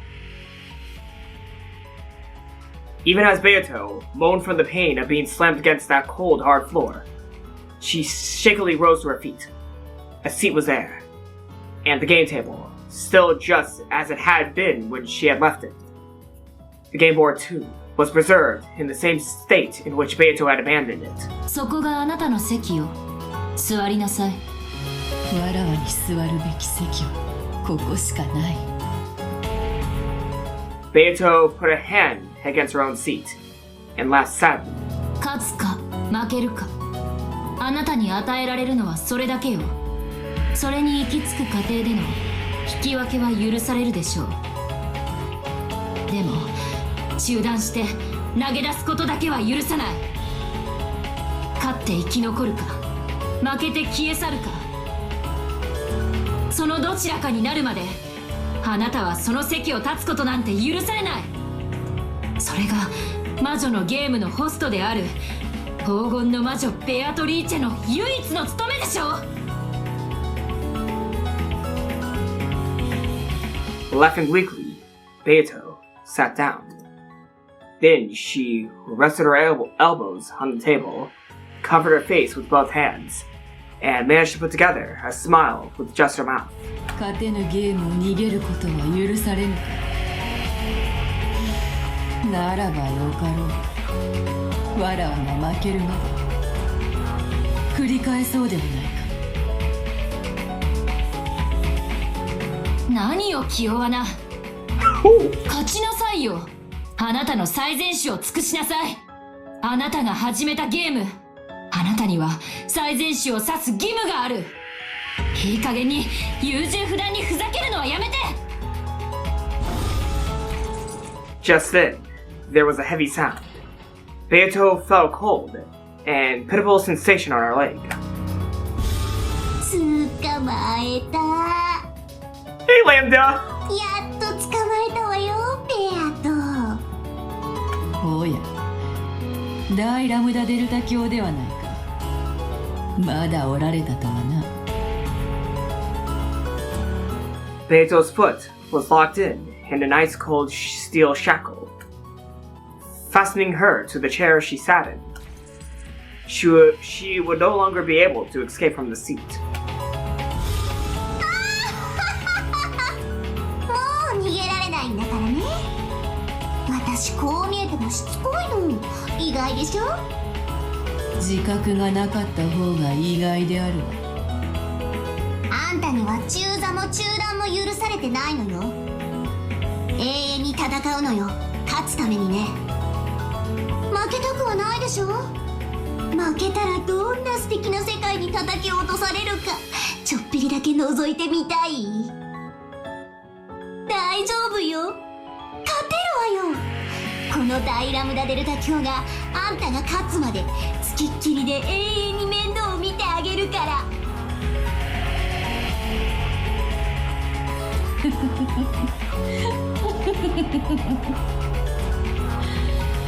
しかし戦いたくともわらわの向かいに対戦相手はおらぬぞ。 Is Ange gonna be pointing out the obvious that I was pointing out? Well, maybe it's not obvious. If I'm wrong about the Kyrie theory, then it's not obvious at all. But is she gonna point out something that I was pointing out? She's going to. She's going to. She's gonna point out that she said Kenzo's grandchild, not Asumu's son. Come on, Angie. Come on, Angie. I'm betting all my chips on you right now. Say it. Say it! 大丈夫よ。バトラーを見つけてきたわ。When Burn Castle appeared and clapped her hands, Balor appeared from the sky and plopped into the opposite chair. Balor's eyes were slightly opened, but there was no sparkle in them, almost like a doll. Without the one pillar that established his soul, he had fallen into the very depths of darkness and had been drifting about all this time. By rights, he should have dispersed and vanished like mist. Burn Castle had managed to scrape him together. It was surprising that she had managed to bring him back into a human form. However, even though his body had returned, his soul had not. It was blown away when his existence was denied by Beatrice. It wouldn't come back easily. バトラもこの戦いを逃げないわ。あんたに勝つまでね。勝ち目がなくなってきたからって全て投げ出して逃げるなんて、そんな無粋を許しはしない。彼だってそんなことを望んではいないわ。でしょ、後ろ宮バトラ。Balor didn't answer. His heart was still dead. His eyes wavered slightly at the question, but he couldn't answer. バトラー、しっかり。あなたはここにいるわよ。そして敵は目の前にいる。戦って勝つために。Battler lazily and incoherently parroted her words. He was back, but the trauma inflicted on his soul was no small thing. That was only natural. Beijuji had woven her red, and he had been denied. He had learned that the mother he had respected was not his birth mother, and he didn't know who he was. 自分は後宮バトラではない。バカなこと言ってんじゃないわ。あんたは他の誰でもない後宮バトラよ。誰が認めようと否定しようと、あなたがそれを信じなさい。あなたの世界はね、あなただけが作れるのよ。あなたが後宮バトラである世界を失わないで。じゃあ俺は誰なんだよ。おふくろの子じゃないんだぜ。俺はどこから生まれてきたんだよ。 Battle asked, while gazing lazily up at the ceiling, with eyes that still hadn't regained their sparkle. Of course, she answered right away. ええ、そうね。レアトが赤き真実で宣言したわ。だから私も宣言する。後宮バトラは後宮アスムの息子ではないわ。Yes! なれば我がゲームの対戦相手の資格はないではない。ベアトリーチェに復唱要求。後宮バトラは後宮金蔵の孫ではない。As Beito wrinkled her forehead, a pained smile rose to her face. 復唱拒否ね。レアトが宣言した2つの赤き真実。バトラーはアスムの息子ではない。そして金蔵の孫であるバトラにしか対戦相手の資格がない。 Thank you! Thank you! これに矛盾せずにバトラに資格を認められるのは以下の仮説よ。これが私の青き真実。聞きなさい。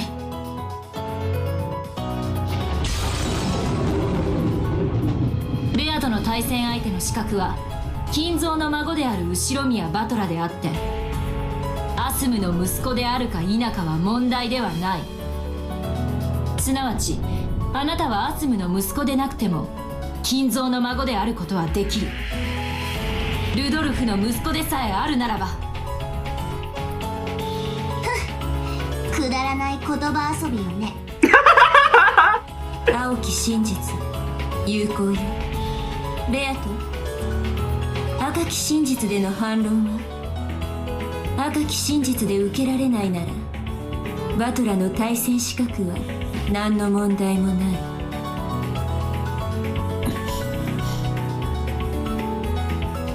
Fowler was still out of it. He still couldn't really understand what she was saying for him. But even so, his spirit was starting to come back bit by bit. じゃあ俺は誰なんだよ。 Come on, dude. しっかりなさい。あんたは後宮バトラ。確かにアスムお母さんがあなたを産んだわけではないかもしれない。でもだから何？あなたにとって母親であることに何も変わりはないでしょ。例えばあなたにとって後宮エンジェは何？血はつながってないかもしれないけど、それでも妹でしょ。血じゃないでしょ。絆でしょ。そりゃそうさ。エンジェは血がつながってなくても妹だ。赤で言って。エンジェは妹だって言って。エンジェは俺の妹だ。あ、家と。 She hugged Battler, who was still out of it, and slumped in his chair, strongly from behind. so strongly that it hurt. どういう事情でアスムお母さんがあなたの生みのお母さんじゃないかはわからない。でもあなたは今日まで、そして今でも母親だと信じてるでしょ。世の中にはね、母親さえ家族さえいない人だって大勢いるのよ。アスムお母さんはあなたを寂しがらせたことがある？ないでしょ。あなたの平和だった家族を簡単に捨て去らないで。あんたは6年も家族の元から離れてたから、家族の絆が希薄すぎるのよ。もっともっと家族の絆を強く感じて、思い出して。アスムお母さんのためにも、こんなくだらない魔女の妄言で愛情を失わないで。そうさ、おふくろはいつだって俺の味方だったんだ。ここはどこだよ。くれよ、帰りてえよ。俺の家族は、みんなはどこなんだよ。 The light still hadn't returned to Battler's eyes, but tears formed there. お家であなたの妹が帰りを待ってるわ。せめてあなただけでも帰ってあげないと。彼女はいつまでも一人ぼっち。妹のためにもどうか魔女のゲームに勝って。エンジ、俺の妹。でもよ、わからねえんだ。どうして俺はベアトとこんなわけのわかんねえ残酷なゲームを永遠に繰り返さなきゃならねえんだ。もう嫌だ。なら早くこんなゲームに決着をつけてお家へ帰りなさい。後ろ宮バトラー、いつまでこんなところで遊んでいるの。妹が帰りを待ってるわよ。 That's right. Battler was caught up in this strange game before he even knew it. And, unable to understand what he was fighting for, he was taken along at the witch's pace, toyed with, and made to fight for a very long time. That should have been the simplest and first question. Not understanding that is why he loses his purpose for fighting. It's why my voice doesn't reach his ears. What he needs is not some vague purpose, like when he gets the witch, or because she's unforgivable. He needs to become aware of a purpose for which he must win. そうだ、帰りたい。親父やおふくろ、エンジのところに帰りたい。もう嫌だ。ここは嫌だ。もう魔女は嫌だ。ゲームも殺人も嫌だ。嫌だ、嫌だ。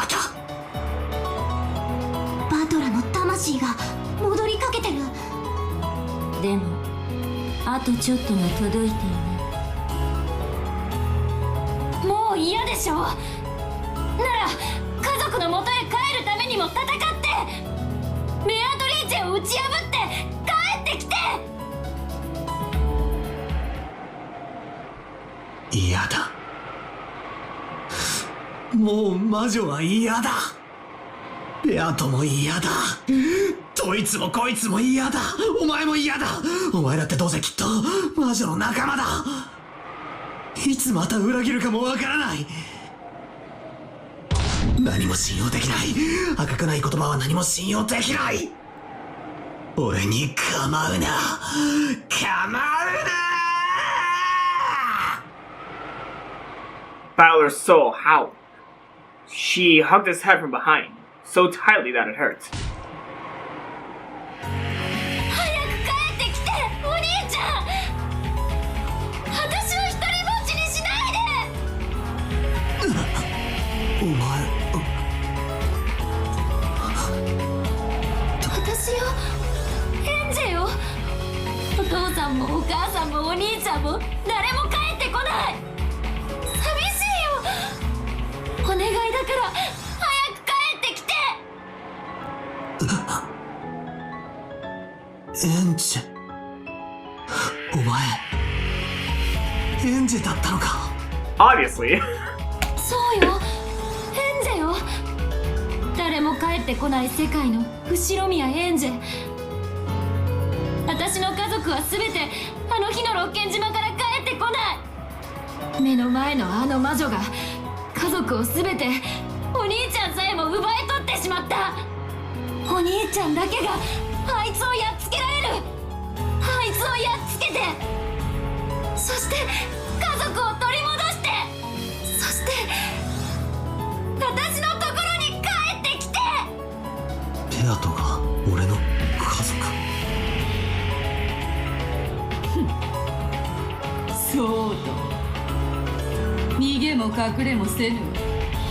わらわが後ろ宮エンジェから家族を奪った。バトラはわらわの玩具よ。 And Beatrice's back. その父親も母親もすべて玩具。そなたには返さぬわ。永遠に一人ぼっちで帰らぬ家族の帰りを待ってさまよい続けるがいいわ。 From Angie's arms that held him, the very painful, sad, and lonely days that his little sister, left all alone, had gone through, flowed into Battler. Because he had been playing around in a place like this, his little sister had been left all alone, and had been forced to endure such painful days. エンジェくそ、俺は何をやってたんだ。ありがとうなエンジェ。お兄ちゃんは大切なことをずっと忘れていた。 Battler tried to turn around, but Ange was clutching his head with an incredible force, so he couldn't. Sweat? No! No, no, no, no, no! You're not. Why? Why? Wait! Why though? Wait! What the fuck are you doing? Those better be tears that look like blood, not actual blood! Don't you fucking do this! God damn it! No! No! No! Hot drops splashed the back of Battler's neck. What they were, he discovered by holding Ange's arm as she clung to him. Because it stained Battler's hand. His fingers red. No! エンジェ大丈夫か。おい Don't. No! It dripped and splashed. He didn't know what was going on. Battler couldn't tell for sure because he couldn't turn around. But the hot drops staining his entire back were surely blood. お兄ちゃんを助けるために、ここに来るために、唯一守らなきゃいけないルールがあったの。 No! それがこれ。お兄ちゃんに私がエンジェだと知られてしまうこと。辛かったよ。お兄ちゃんが目の前にいるのにそれを口にできないなんて。このルールさえ守ればずっと永遠にお兄ちゃんのそばにいられるはずだった。お兄ちゃんと一緒に魔女と戦うゲームを永遠に遊べるはずだった。でもそれじゃダメ。お兄ちゃんは帰らなきゃ。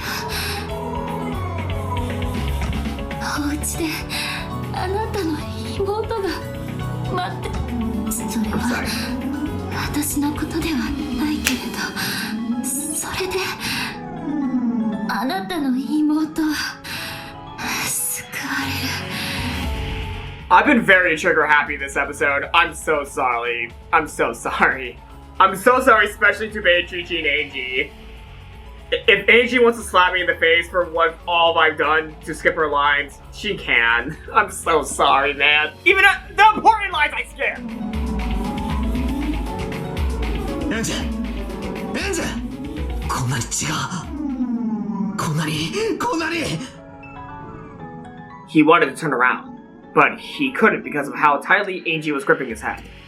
However, judging by the blood that was pouring out and Angie's pain breathing, he realized that something seriously wrong was happening to her right now. 気にしないで。私は所詮駒だから。チェスではね、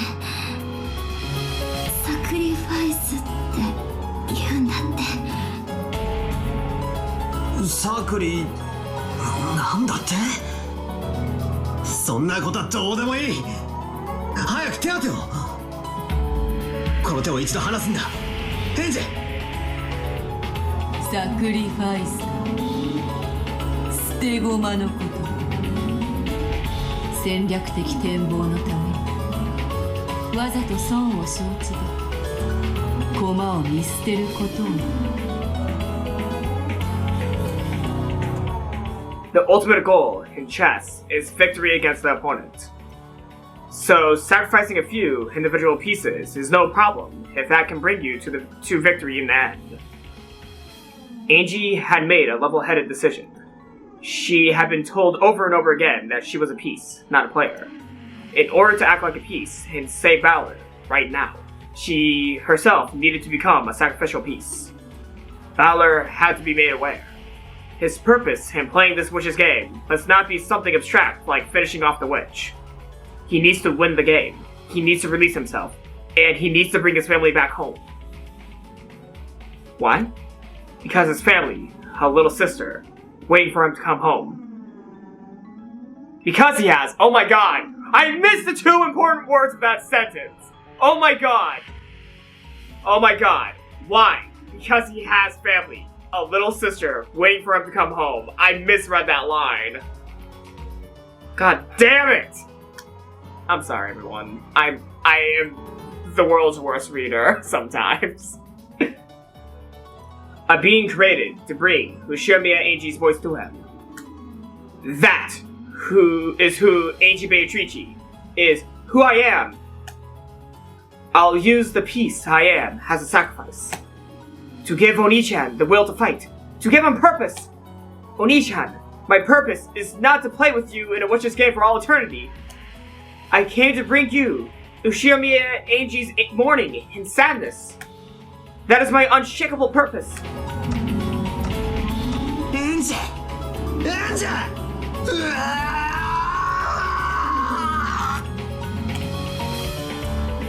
The white, skinny arm holding Battler was pale and transparent, almost like wax.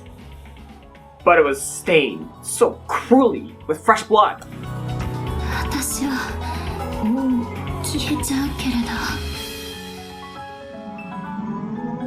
お兄ちゃんは頑張って戦ってきっと私のところへ帰ってきてね。待ってるよ、ずっと。お兄ちゃんをもっといっぱい手助けしてあげるつもりだったのに何もできなかった。ごめんね。いいんだ。お前は俺に教えてくれたじゃねえか。どうして俺が勝たなくちゃならないか。そして俺が絶対に勝ってお前のところに帰ってやらなくちゃって。俺は何をこんなところでぼんやりと遊んでいたんだ。ああ、もうこんなところで遊んでなんかいないぞ。帰るからな、帰るからな。お土産持ってきっと帰るから約束する。 What would he bring back? Beatrice's pipe? いらないから。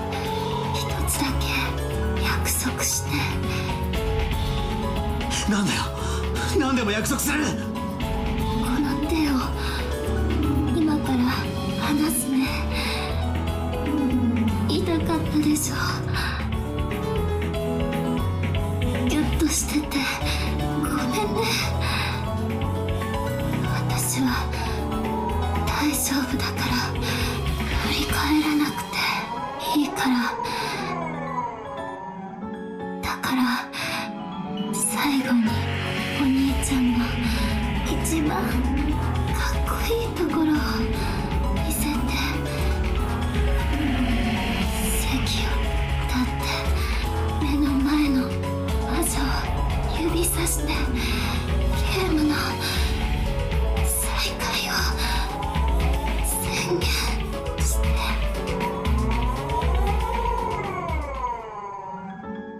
Angie's hand slid and disappeared behind me. The stark marks of her fingers were left behind in the blood that had been oozing from her fingernails. But I turned around right away to take care of Angie's wounds. Ange!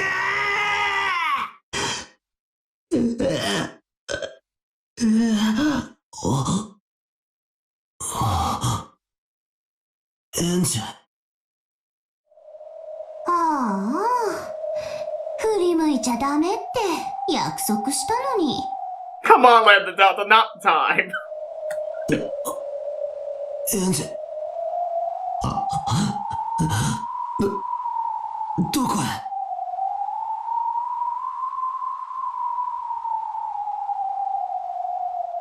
Behind my chair, as though about 10 watermelons packed with blood had all been smashed. There was a sticky, pulpy mountain. And around that mountain of blood and minced meat, the clothes and shoes Angie had been wearing lay crumpled as though they had been thrown off. As though a human's insides alone had been pulverized and discarded. As though Angie, who had been standing there until just a second ago, had been crushed. エンジェ。エンジェはどこだよ。エンジェはどこに消えたんだよ。おい、エンジェはどこに消えたんだよ。 The two young-looking witches said nothing, and just silently looked at the mountain of blood and meat and clothes. But I didn't want to accept it. I didn't want to accept it! わらわはそなたの正面で Gonzaga. ずっと見ていた。そなたの後ろでエンジェがどうなっていくか。お前は知ってるのか。エンジェはどこへ行ったんだ。生きながら焼けたでっかいペンチで一つまみ一つまみ親指大の大きさに全身の肉を引きちぎって捨てていくんだよ。わらわは見ていた。魔女の釜で真っ赤に焼かれた無数の残忍な工具をエンジェル後ろから一つまみ一つまみ肉をついばる、ひねる、引きちぎる、細切れにするのを見てい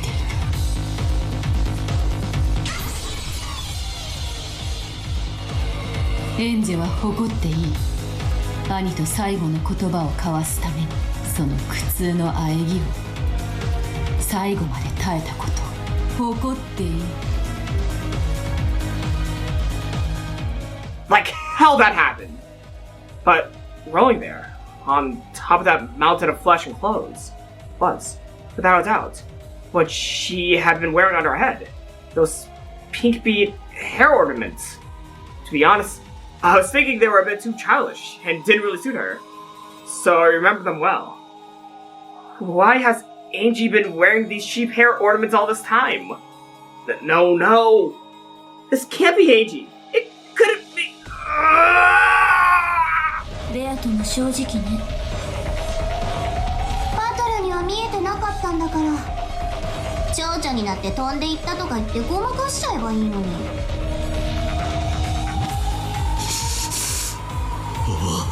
お前らもそれを見ていたのか。エンジがバラバラに引きちぎられていくところを見ていたのかよ。見ててそんな平然とした顔をしてたのかよ。 Without answering, Bern Castile, beyond the Delta, and Beatrice looked at me, and some in pity, others in derision. She was calling herself Gretel. So after what happened with Regalia in the last game, I was thinking up until now that she might be Beato's underling. And I was making sure not to trust her, even though she was on my side. And then, just as I learned that it was actually Ange, I'm not permitted to see her face? And when I turn around, I find something like this? Ah! 良いではないか。妹のことなど。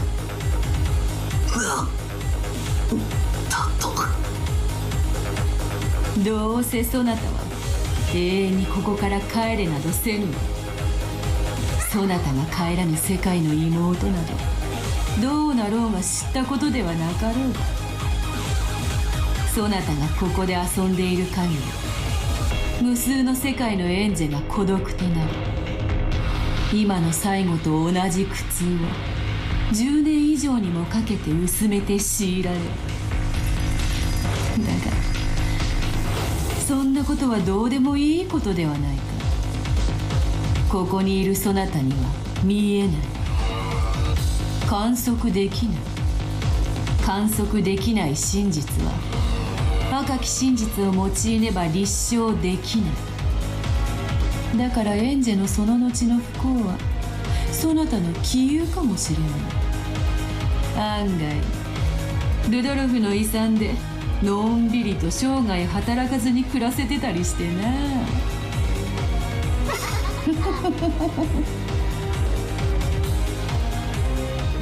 That was a lie.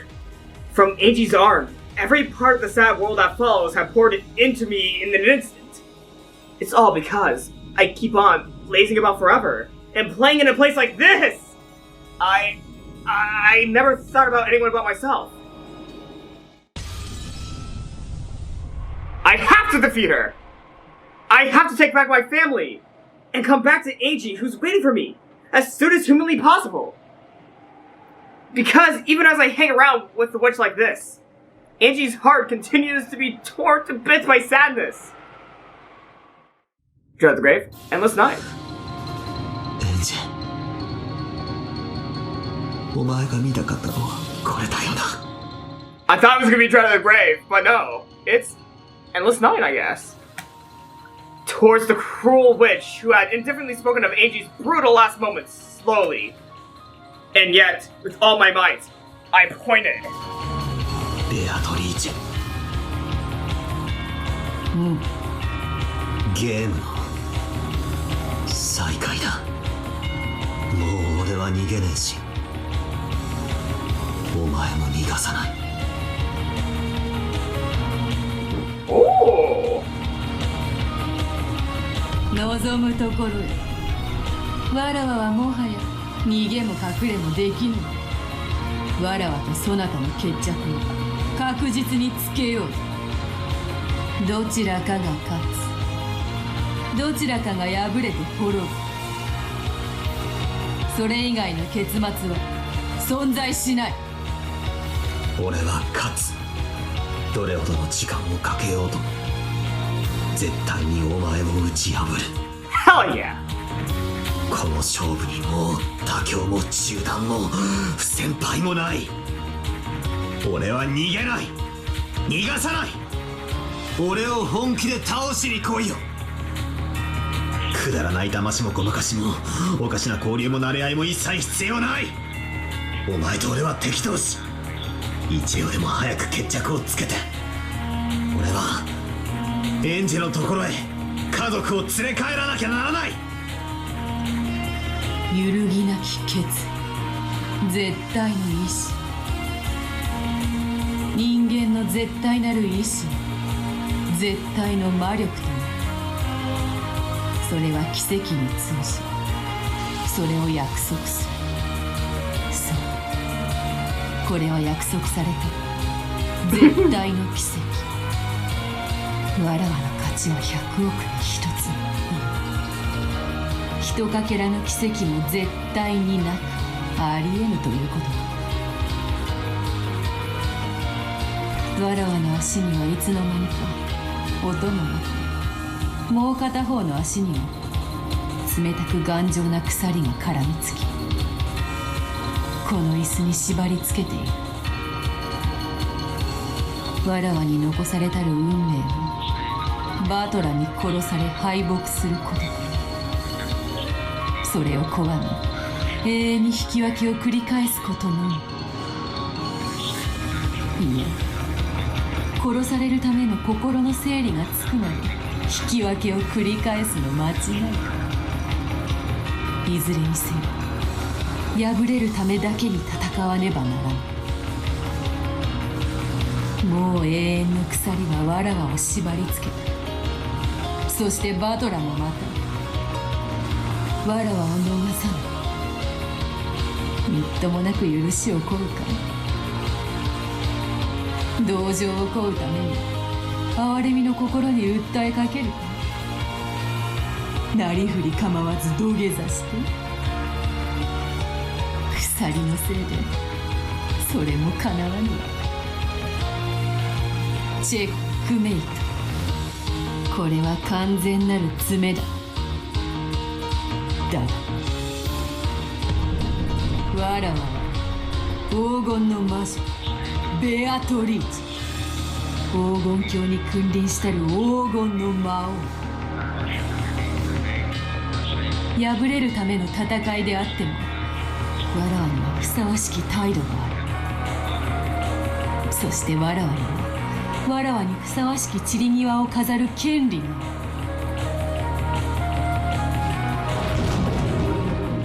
る。Here we go! わらわとて同じ。そなたに我が魔法を存在を認めさせてこの島に黄金鏡の扉を開く。そなたはその最初の茶会の主賓となるだろう。そなた以外は全員がすでに揃っているぞ。主賓の到着が遅れているからいつまでも茶会が開けない。そなたの父親も母親もいとこたちもみんなお前の到着を待ちくたびれているぞ。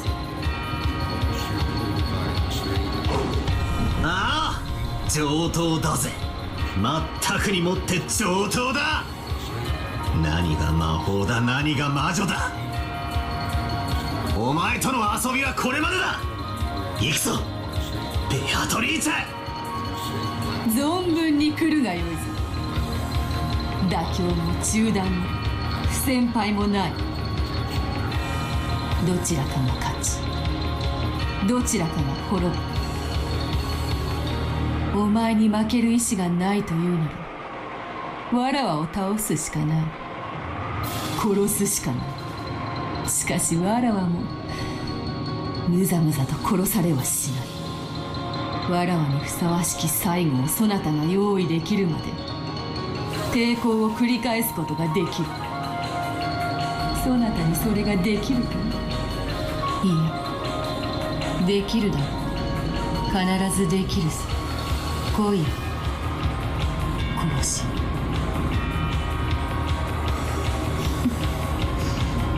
やりにくいか。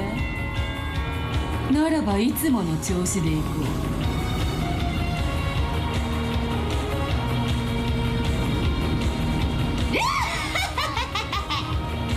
殺されるかよ。せめて勝てなくてもお前に勝ちを譲らない程度の嫌がらせはできるんだぜ。ほう、いい面構えだ。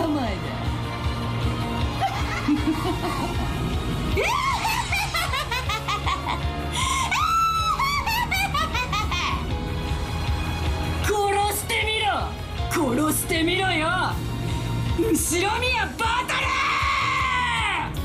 ルうおー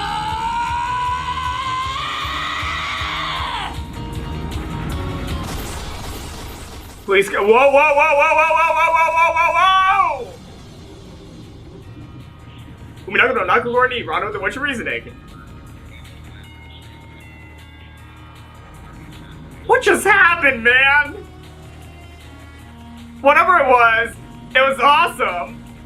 But I couldn't keep up with the text. Oh man, I couldn't keep up with the text. Holy shit. Alliance of the Witch, Tips Hunter, Characters Hunter, and I got a tea party. I got the tea party, which I'll be saving for next video because I've been filming for 4 hours. Oh my god. Oh my god. Yeah, I'm saving the tea party for next time. I'm saving this new tea party for next time. I'm saving it for next time. Holy shit. Holy shit. Oh. Oh my god.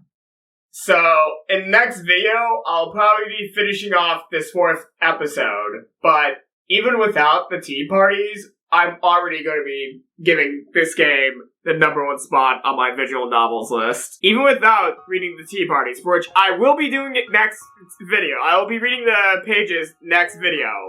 But, okay. Wow. I don't think anything can defeat my thoughts. Like, whatever happens in the tea party, I can't even think straight. Whatever happens in the tea parties, it's not going to change my mind. It's not going to change my mind. Even without reading the tea parties, I'm already going to put it. I'm going to put it at the #1 spot on my favorite visual novels list right now.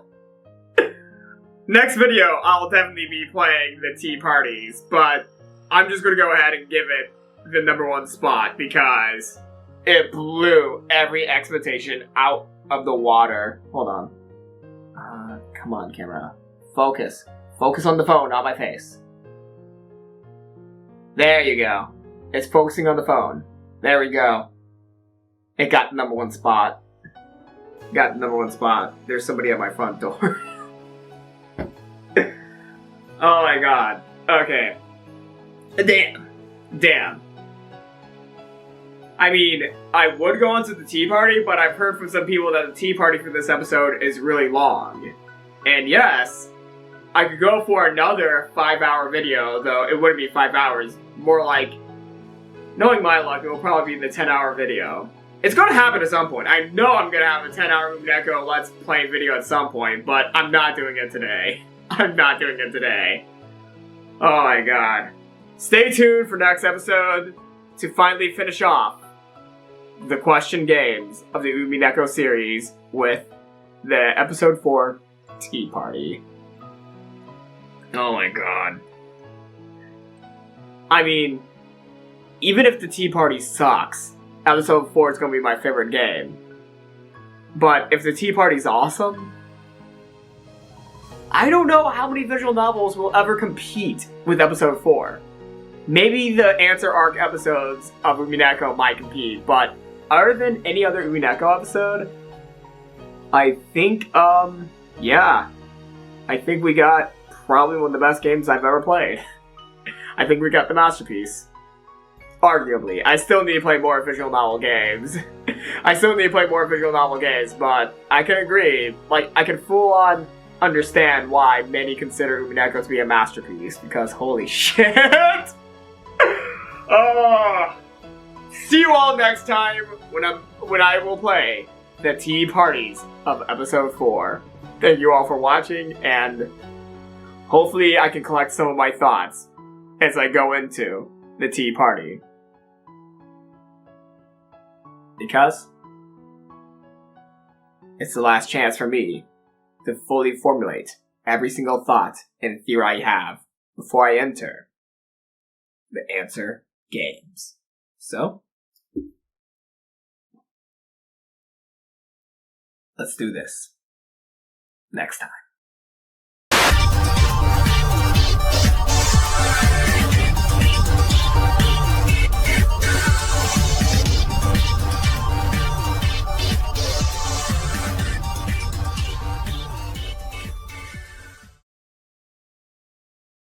OK OK